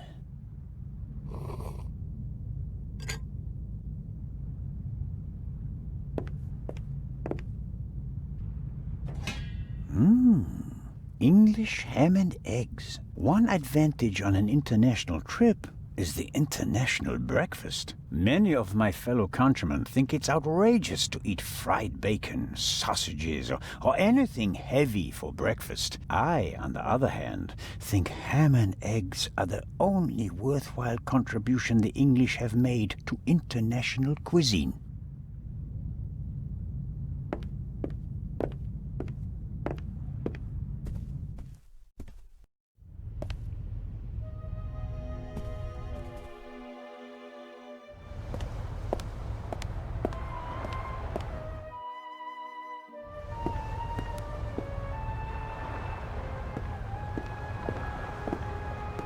Miss Mayers seems to have found an opportunity to do nothing. Hello, Miss Mayers. Hello, Mr.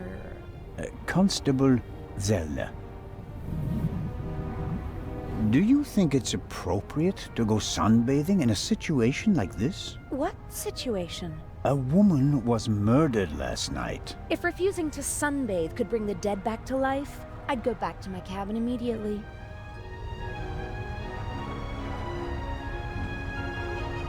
No, I didn't feel very well last night. I went to bed early. So, you're feeling better this morning? Thanks for asking. I'm sure your parents are truly sorry that they can't be with you at this difficult time. Maybe, but I'm not a little girl anymore. And thinking about my fiancé keeps me going. You're engaged? Yes. My boyfriend and I got engaged right before the trip. I want to surprise my parents, especially my dad. I'm sure he'll be very surprised. But what will you do if your father doesn't agree to the engagement? What choice does he have when he put me on this boat full of thieves and murderers in the first place? Charming. Enjoy the sun, Miss Mayers, and don't let us disturb you. If you're trying to make me feel guilty, Constable, it's not working.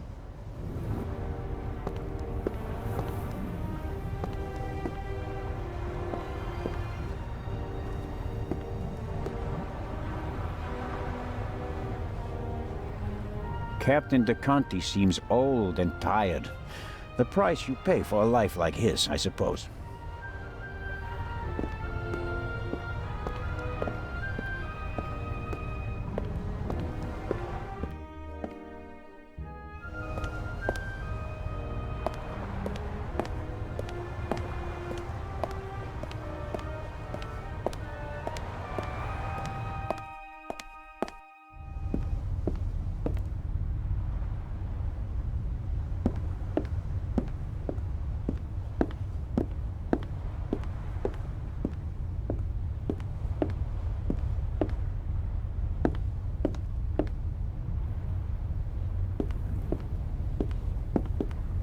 Miss Miller and the professor are talking intensely. She seems pretty relaxed, by her standards.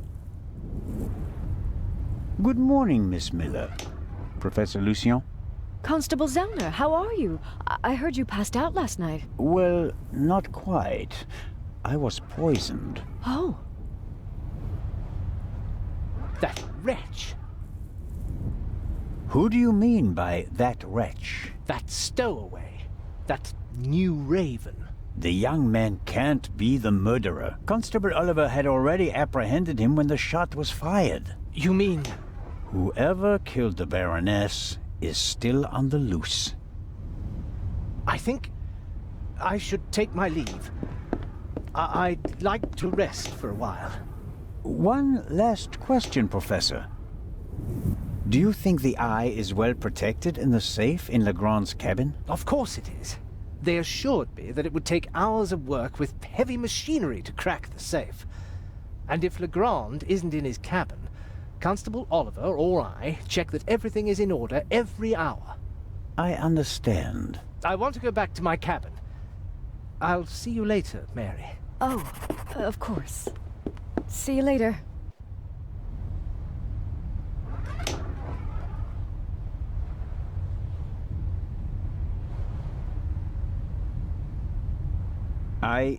I didn't want to interrupt your conversation with Professor Lucien so abruptly. I don't know what's wrong with him. Learning that there's still a burglar on board seemed to frighten him. He was so relaxed the whole time, and then... And then the stupid Swiss constable came by and made him anxious. Oh, I didn't mean that. No matter. I'm sure he'll calm down and come back soon enough. May I ask you a few questions? Of course. How is Matt? He seems happy enough. After all the commotion, he's already back to his old self again. But I haven't told him about the murder. That would be a bit too much for him. I think he's made of sterner stuff. I want to thank you again for what you did on the train. I wouldn't have known... Everything's fine. Think nothing of it. How was last night for you? It was awful. I was having a conversation with Edgar, Professor Lucien, here on the forecastle. Then I wanted to look for the lady and went forward via the side deck. When I passed the Baroness's cabin, I heard a muffled scream. You heard a scream? Yes. I thought the Baroness probably had a fall. I went to the door and listened for a moment. Since I couldn't hear anything, I knocked on the door and asked whether she was all right. There was no answer. Interesting. And then? I didn't know what to do, so I tried to open the door. It was locked. I saw the Baroness's butler, Mr. Inch, on the forecastle. I thought he might have the key and went back. On the way, the bobby crossed my path, and then Edgar, who wanted to check the safe. I explained the situation to him, and then the alarm went off. How did the scream sound? It was a short outcry, very frightened, as if someone had been startled. Was it a woman's voice? Yes, the voice was high. So it could have been a scream from the Baroness. Possibly because she discovered someone in her cabin. Possibly. That person might have threatened her with a weapon, so that she wouldn't scream for help. Oh, God. He waited until the coast was clear. Oh, please, stop it, Mr. Zellner. The Baroness's butler said that he was on the forecastle as well? Yes, he was standing on the other side of the deck smoking a cigarette. Was he on the forecastle the whole time? I'm not sure. He was there, and later he was on the side deck with us. Oh, yes, he looked after you while you were unconscious. He unbuttoned your collar and held your head while the doctor checked you. But you can't say for certain whether he came from the forecastle with you and Professor Lucien, or afterwards. Well, no. But where else could he have come from? Did you report that to Inspector Legrand? Yes, last night. He was very interested and took a lot of notes. But I wanted to look for Lady Westmacott, and he let me go without further delay. He said that he'd take down my full statement today. I understand. Do you think the man from the train also killed the Baroness, Constable Zellner? I don't know yet. It's horrible. Explosions, thieves, murderers. This isn't the right place for a lady and a little boy. You and Professor Lucien seem to be having a lively conversation. Oh, yes. He's an expert in ancient Egyptian art and preeminent in hieroglyphic research. He's the head of the Egyptian department in the British Museum, you know. And he's going to open an exhibition at the Egyptian Museum in Cairo. Right. for the eye. They had planned on exhibiting both jewels together for the first time in decades, but that's not going to happen now, sadly. I think it's quite upsetting for him. We're working hard to ensure that at least one eye will be on display. I know.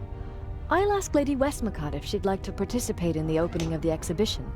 I think it would be good for her. And Professor Lucien will surely offer you a private tour. You're American, aren't you? That's correct. And you moved to England because of the job? I lived in England before. During the Second World War, I volunteered. I worked in a pharmacy on a US base north of London. In a pharmacy? Interesting. Well, it was the war and everyone was sent where they could help best. Please, go on, Mrs. Miller. After the war, I studied music in London. I met my husband there. We married and went back to the States together. He was also American? No, English. But he said he had problems with his family and he wanted to be as far from them as possible. And you gave up your studies for him? Well, yes, I did. Life as a single mother couldn't have been easy. It was pretty tough then. I worked from morning till night and it was still only enough for the bare necessities. And I couldn't give Matt all the attention he needed. And then Lady Westmacott entered your life. It was like an angel appeared to me. She must have offered me the position out of pity.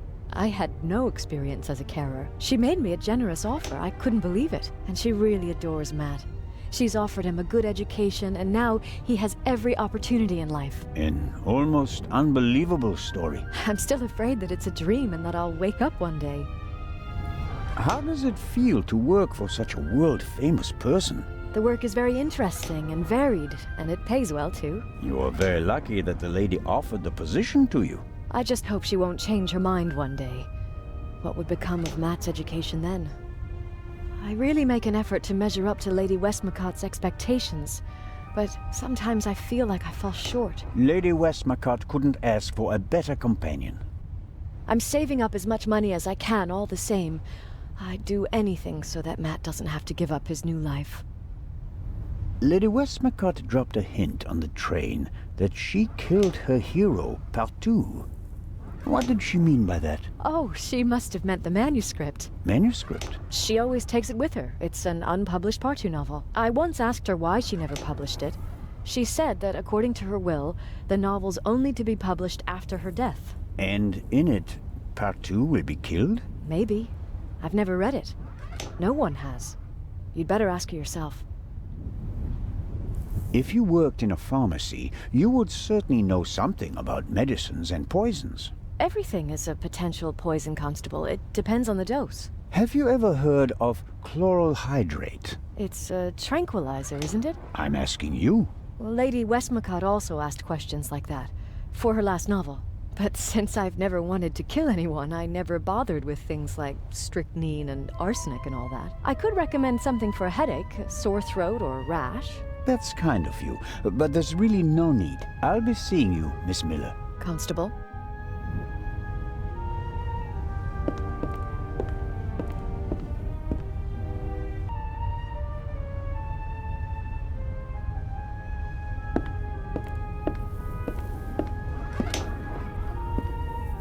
Matt is keeping himself busy with that strange game. He seems to be okay again, but I think he'd be running around all over the place if he'd really come to terms with what happened on the train. Hello there, partner. Hi. Are you all right? Uh-huh. Have you recovered from our adventure? Mm-hmm. Mr. Zellner. Hmm? What's going on? What do you mean? Everybody's acting so strange, and there's tape across that door. I saw that in a movie once. You don't have to be worried. Is it about the man from the train? It might be about the thief, yes. Haven't you caught him yet? I'm working on it. Okay. I heard you and your mom used to argue a lot. We did. Everything was bad. The house, school, the other kids. We didn't have much money, and I was always alone. You do know that your mother would love to have been with you, don't you? She had to go out to work to earn money. She wouldn't have had to, if Dad were still around. And how do you get along with her now? I'm always happy when we do something together on vacation. She has more time for me now, and I like my boarding school. I have lots of friends, and the teachers aren't so bad. Your mother and Professor Lucien seem to be on very good terms with each other. Don't you like him? Don't know. He seems to be very nice. I guess. Lady Westmacott is all by herself in the saloon. Maybe you'd like to visit her later. Sure, the lady tells exciting stories. I know. She's my favorite writer. She told me that it's not much fun to write detective novels. She'd rather write something else, but her fans always want the same thing. They made her rich and famous. I told her to write what she wants to write. If it's good, someone will buy it. And if not, at least she had fun writing it. Then she smiled and nodded. She said it was a good idea. What are you playing there? I'm playing shuffleboard. At least I'm trying to. Never played it before. It's easy. Professor Lucien explained it to me. And who won? We didn't play. You didn't want to play with him, did you? Do you want to play a game with me? Sure. Then let's get started. Oh yeah. What are we playing for? I thought we'd just play for fun. That's boring. We have to bet something. Otherwise it isn't fun. You English people. So I'll bet my brand new slingshot. And you? I don't want to gamble. How about ice cream in Cairo? Okay. If I win, I get the slingshot. If I lose, I get an ice cream in Cairo. Hey! Never try to cheat Matt Miller. So, what do you say? Ice cream versus slingshot? All right. Let the games begin.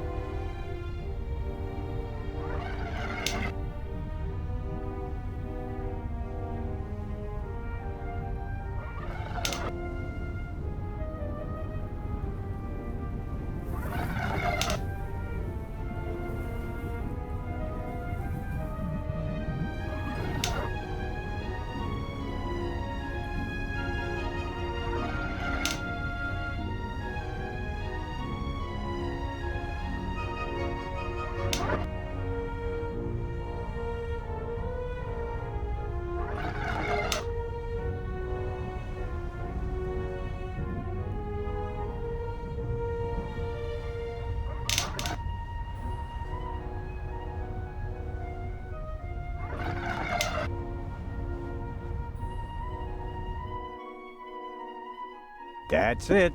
Oh, man. The athlete wins the day. One more time. No, that's enough for me. All right. Here, Are you sure? gambling debts are debts of honor. I'll give it back to you when I don't need it anymore, okay? Okay, but make sure my mom doesn't catch you with it. She thinks it's dangerous.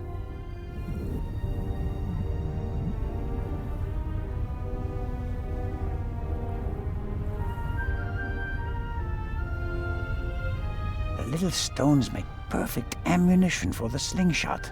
Now I just need a suitable target.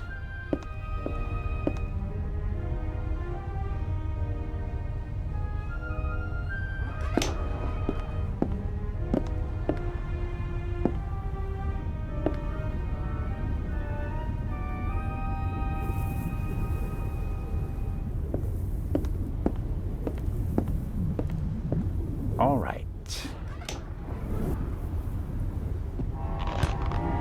Ow! Ow! Ow! Ow! Ah! Hey, Zola, what in blazes was that? What? Something hit me! You mean someone shot at you? Yes, well, no, I don't know. Didn't you notice anything? I was riveted by the fantastic view. We Swiss aren't used to seeing the horizon like this. And my bottle's broken too. Oh, I don't believe this.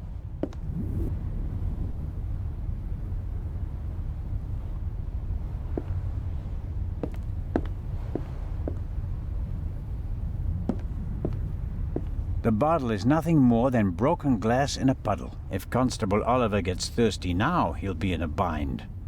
I should help out.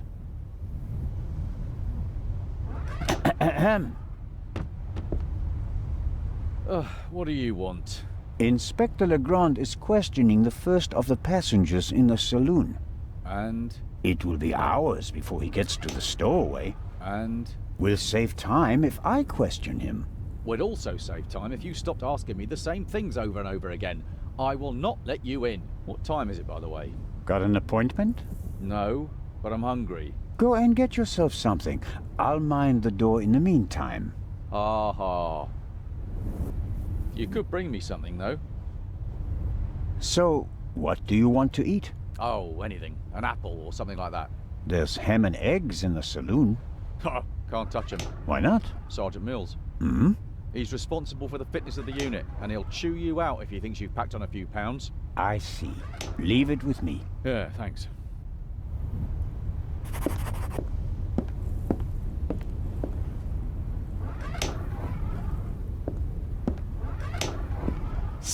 Matt. What? Here's your slingshot back. Really? Thanks. You're welcome, but you should put Constable Oliver on the list of people who'd better not see it. I understand. Don't worry, I'll be careful. Good man.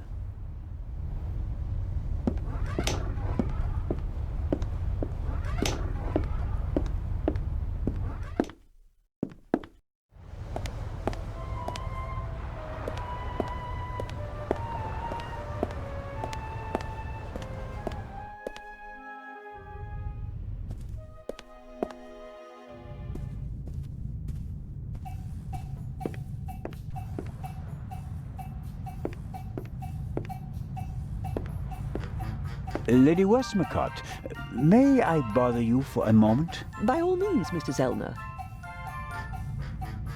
Did Miss Miller cope with all the excitement? I think so. But what happened on the train was quite a shock for her. She wouldn't be able to go on if something happened to Matthew. She's worried about him. He's all she has. It breaks her heart that he lives at a boarding school and can't always be with her. But she sets her wishes and needs aside so that he can get a good education. That's her way.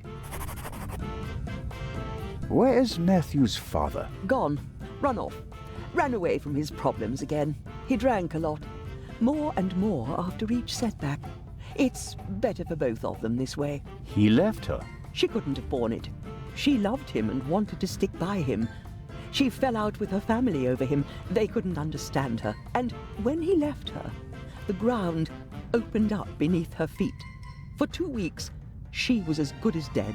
If she didn't have Matthew, she'd be dead. You seem to know a lot about it.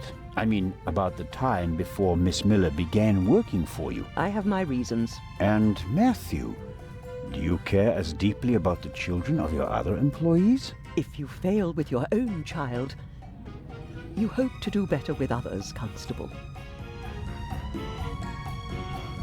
And the idea to send Matt to a boarding school was mine. Matthew idolized his father and blamed his mother for the fact that he wasn't around anymore. I was afraid the situation would escalate if he had to live on a country estate alone with his mother and some old people. I think I was right. He quickly made friends at boarding school. He's popular, well-liked, a real athlete according to his teachers, and his relationship with his mother has improved as well. He's headed in the right direction. Miss Miller told me that you have a valuable manuscript with you. That is correct. An unpublished Part 2 novel. The manuscript must be worth a fortune. Oh, it's not just any Part 2 novel. I wrote it 20 years ago, but it will only be published after my death. It's Part 2's last case. Maurice Part 2 dies. You're going to kill him off? I already have. And I enjoyed it. Madam. I was so sick of writing one Part 2 novel after another. I was keen to stick a knife in his guts. And so, 20 years ago, I did, of course. I didn't want to disappoint my fans, so I let him solve case after case.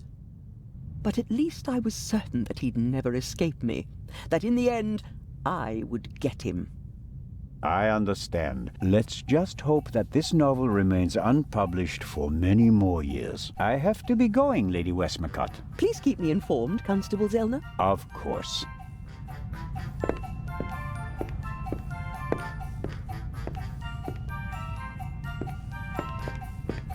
Whatever Constable Oliver wants, he's getting ham and eggs.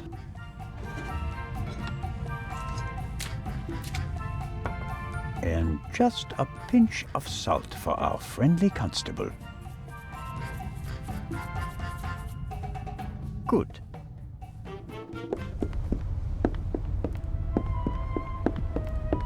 Constable Oliver. Huh? Ham and eggs, piping hot. Oh, I shouldn't really. I don't see anyone here who'd rebuke you. It was a hard night. Yeah, true. Oh, delicious. Just enough salt.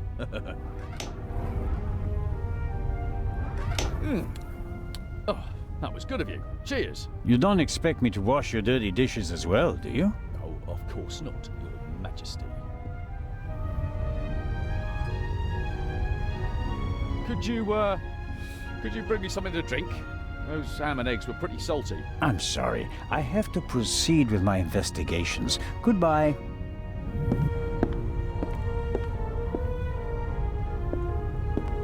Let's see how long he can resist his thirst.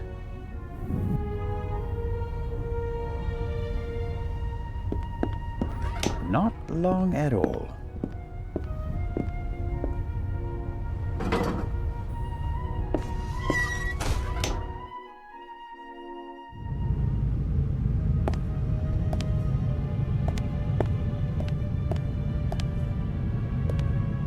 Nervous? I would be too in your position. Who are you? My name is Adil. And you are? Constable Zellner. Why did you sneak onto the ship, Adil? I wanted to go back home. You're Egyptian? There's no work for me in Italy. I want to see my family again. And since you don't have money, you stowed away. So what if I did? So, it was you who knocked me out. Me? Never. No? Where were you when I was attacked? Well, I couldn't take anything with me on this trip, so I snuck into the kitchen and took some canned goods. Interesting. And how do you know when I was attacked? Well, I thought it was yesterday, shortly before we set sail. I take this bump personally. What were you searching for on deck last night? I was hiding the whole evening. I wanted to go out and get some fresh air, see the stars. But then suddenly, they were looking for me. Were you in one of the cabins? No. Did you see anyone on the deck or on the roof? No. And after we arrested you? The English policeman put me in this cell. Then he left. I've been here ever since. And you didn't notice anything along the way? No, nothing. What about the gunshot? Didn't you hear it? Yes. The English policeman had already arrested me. We heard a bang and looked around. And then? Then, the Bobby was in a hurry to get rid of me. He almost pushed me down the stairs and locked me in here. He left, and then a short time later, the alarm went off. Constable Oliver wasn't with you anymore when the alarm went off? No. I was scared that the ship would sink with me sitting here like a rat in a trap. It's hard for me to believe a single word of your story. Because I'm a foreigner? Because you seem to have learned our language in the space of a day. Accent-free. Believe what you want. Who paid you to distract us? What? You went for a walk around the deck and let yourself be seen. Everyone goes off hunting you, and in the meantime, your partner shoots the Baroness in peace. No, I didn't do anything. I didn't want to distract anyone. I just want to go home. You're a liar, and a bad one at that. But sir, I'm telling the truth. And I'm the Raven. Inspector Legrand will deal with you. He's lying like a cheap rug. But he probably doesn't know anything about the murder. Very disappointing. So I have to keep searching. What interests me most is the shot that was fired here in the cargo hold last night.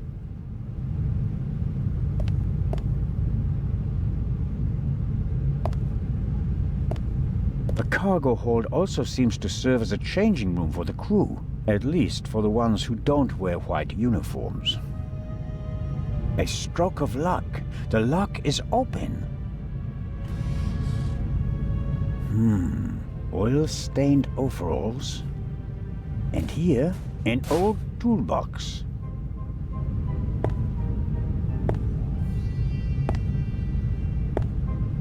It's been through a lot.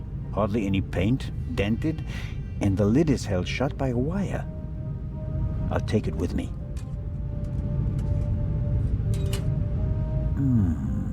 Some wrenches, a bit of wire wool, an oily cloth, and here, a screwdriver.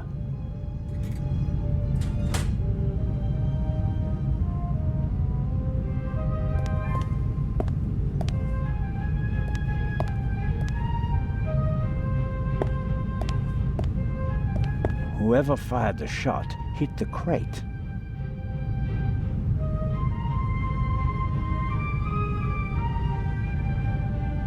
Well, I think the bullet is still in the wood. I'm not a weapons specialist, but at first sight I'd say that this bullet looks exactly the same as the one Dr. Gebhardt gave me for Legrand.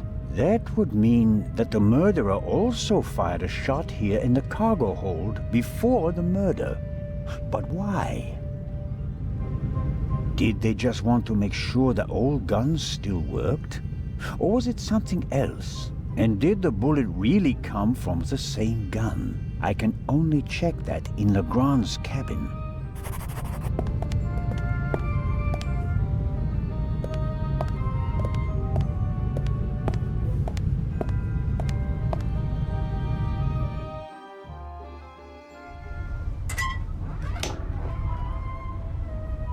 That takes the biscuit. I noticed that the door was unguarded. I just wanted to make sure that everything was all right. Tell it to Legrand. He's expressly forbidden anyone to speak to the witness before he does. All right, let's go to Legrand and tell him what happened. You fell asleep and then you left the door unguarded. Well, are we going? No, but don't try it again. Of course not.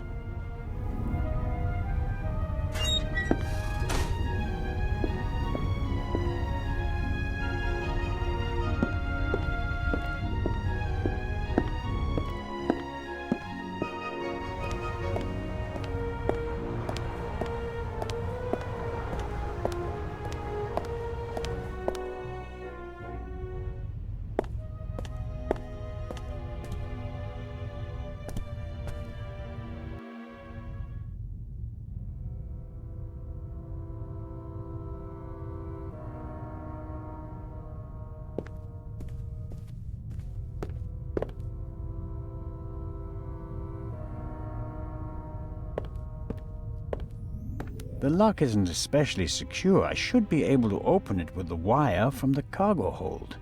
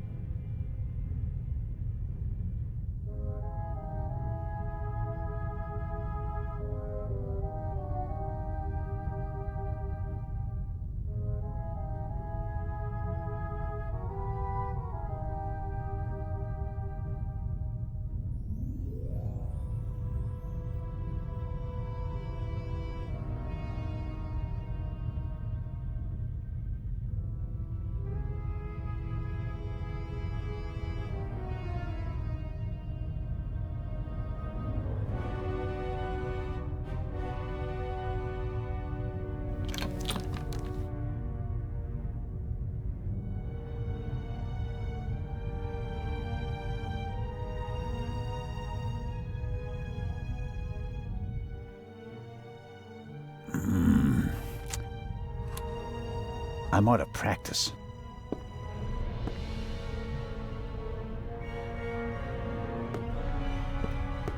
The lock isn't especially secure. I should be able...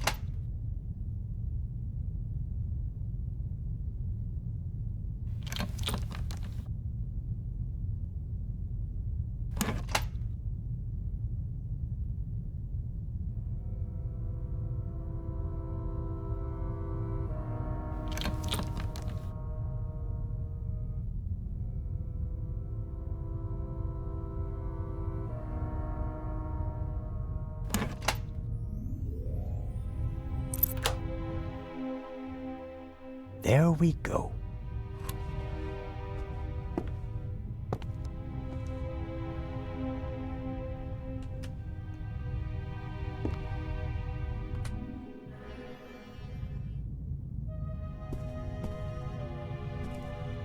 A lock master and son. Tough to crack. If I wanted to steal the eye, I'd concentrate on getting the 3 keys. If everything goes according to plan, the first time this monster is opened will be in the museum in Cairo. Fingers crossed.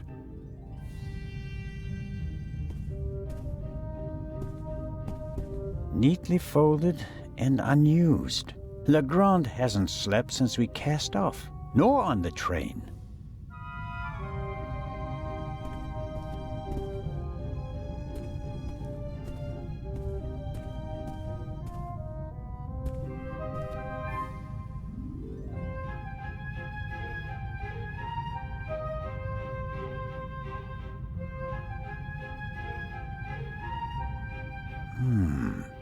There's nothing written on the bottle.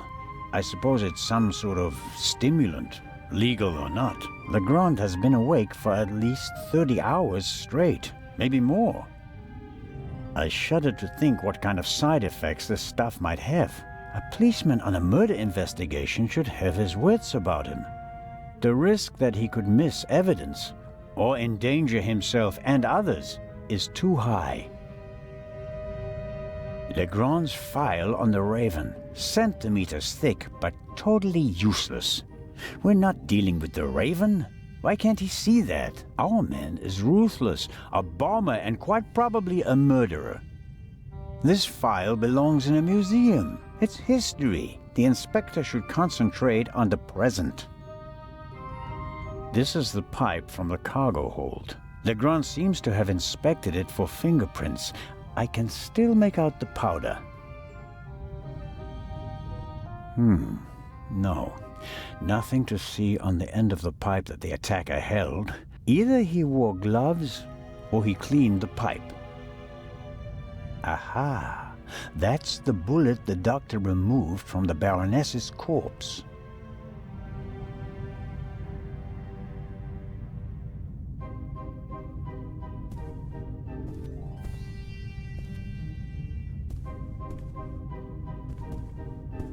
Legrand must have taken them yesterday at the crime scene.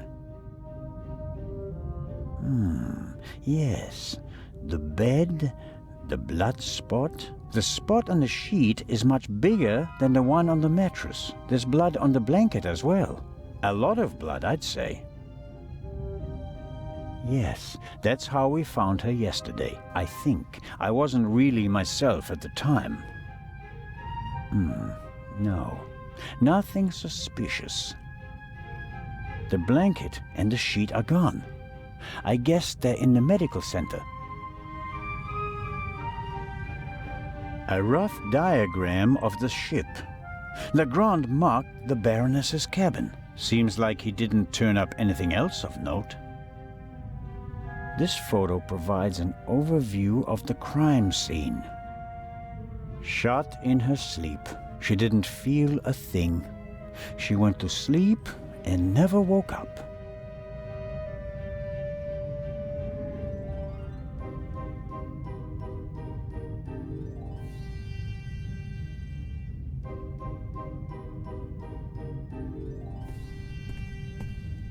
Another alarm. It was tripped at some point, but there's no way to determine when.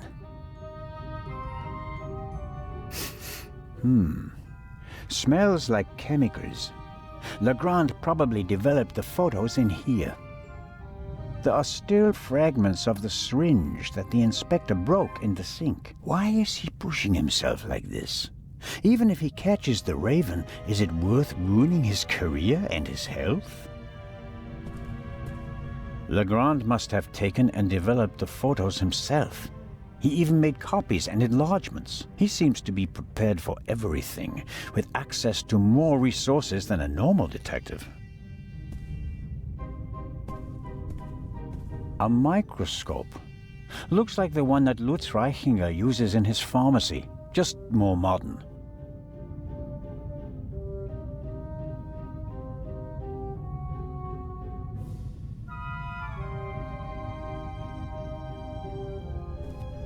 Okay.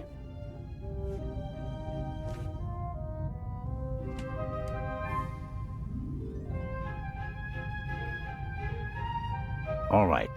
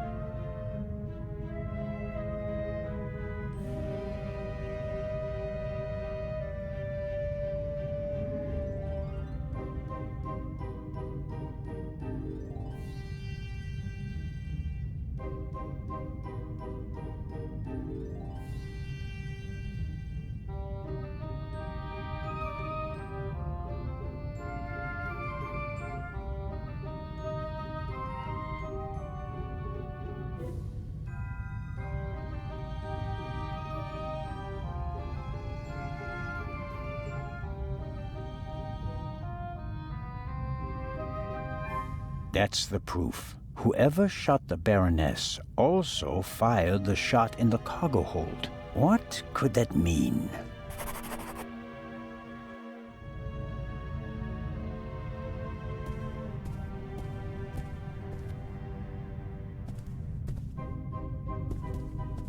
A masterpiece. Forensic teams use kits like these. They're placing increasing importance on the preservation of evidence. But not in Switzerland yet. It's a small lab used to conduct simple analysis on site.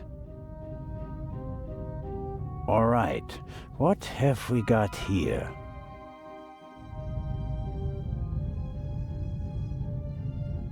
Half of the tools in this box will be interesting for an archaeologist as well. Actually, forensics and archaeology are really quite similar to each other. The goal is to find out what happened, whether a few hours ago or a few centuries ago. I'm sure Legrand could work magic in this alchemist's lab. Me, I'm just awestruck. What's this? Oh, how practical. A hermetically sealed cotton swab for collecting samples. I'll take it. Good Lord.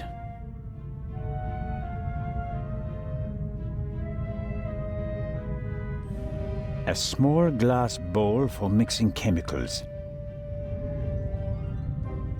Fingerprints are overrated. Smart thieves wear gloves, or they make sure that there are too many fingerprints at the crime scene to check them all. For forensics in the woods or the open country, I suppose. No use on a ship.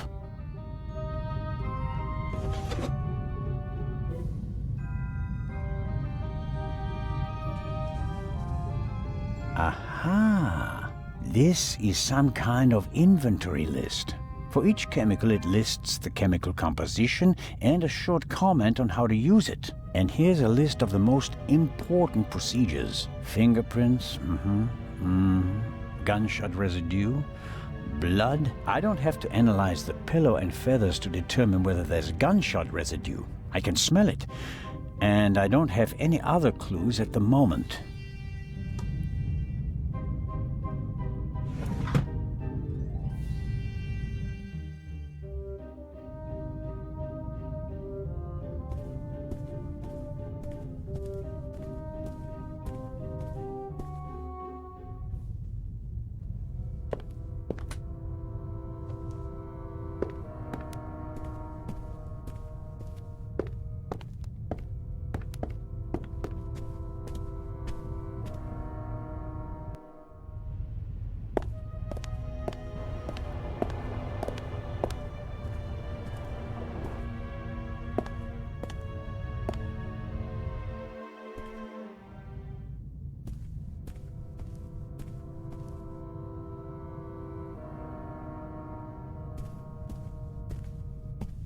I always wanted to do that. That should be enough.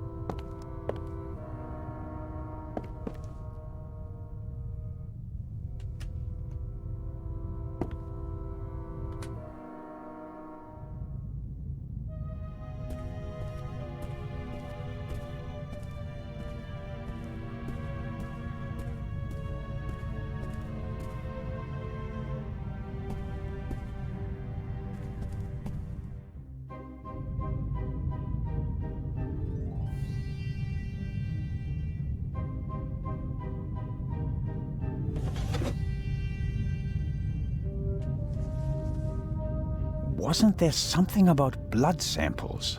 Fingerprints, gunshot residue, blood. Well, it explains how to confirm that something is blood. That's a start. You have to mix luminol and a hydrogen peroxide solution and then drip or spray the mixture on the blood. The solution turns blue and glows even if there's just a very small amount of blood. Okay then, luminol and hydrogen peroxide.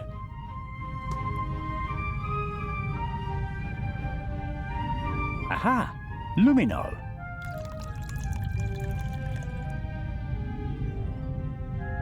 And And there's the hydrogen peroxide. I'll mix it with the luminol in the bowl. Okay. I can detect blood with this mixture. The clear solution turns blue if it comes into contact with blood. All right, so this is our reagent liquid. Okay, I'm filling the pipette and putting it down very carefully.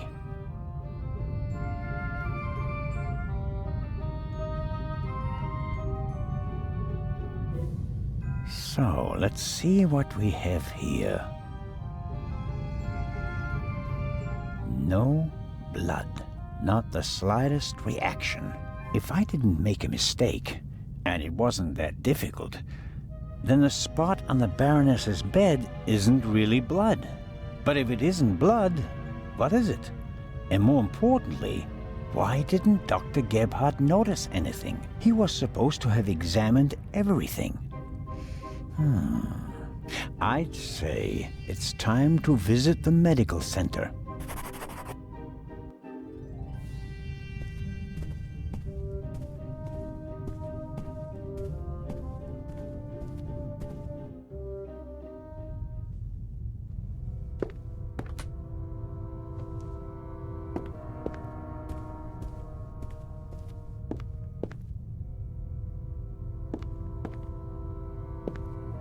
We're lucky that the Lydia has a well-stocked medical center at its disposal. I suppose it was added during the war. A ship of this size wouldn't normally have a full medical center.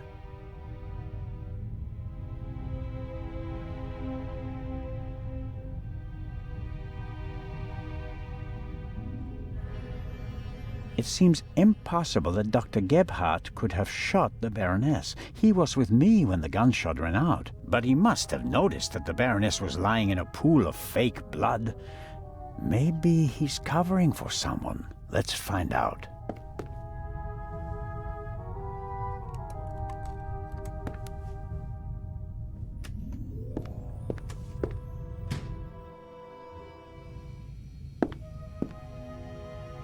It's probably for emergencies, in case a passenger falls down and can't walk anymore. Possibly due to rough seas, or maybe the captain's well-stocked bar.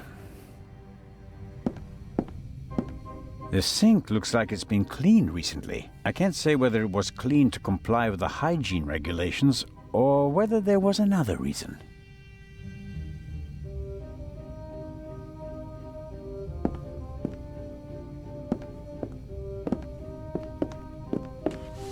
Interesting. A tape on a reel. The reel belongs to a much better player, like the one from the Baroness's cabin. I can't be certain that this is the reel that was missing from the Baroness's cabin, but it seems quite likely.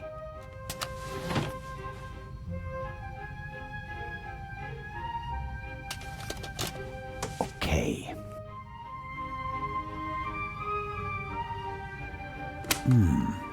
Nothing. Strange. There!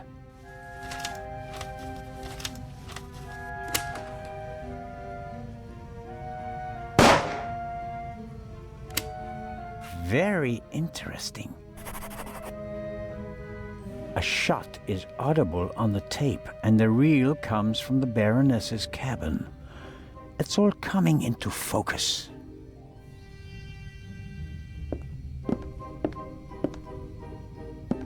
I guess the trash bin is in here. Right. Paper towels, plastic packaging, cartons, and... hold on.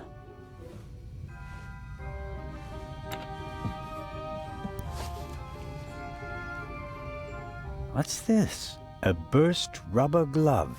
It's knotted, and there's a red liquid all over the inside that looks like blood. I bet good money that it's the same fake blood I found in the Baroness's cabin. Dr. Gebhardt will have trouble explaining how rubber gloves full of fake blood got into his trash bin. First, the fake blood he missed in the Baroness's cabin, and now this. It doesn't look good for you, Doctor. That's proof enough for me that the Doctor is involved in this. I should report to Legrand.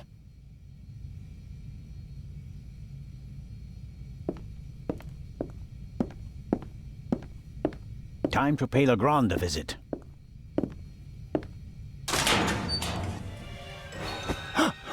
No. No, don't.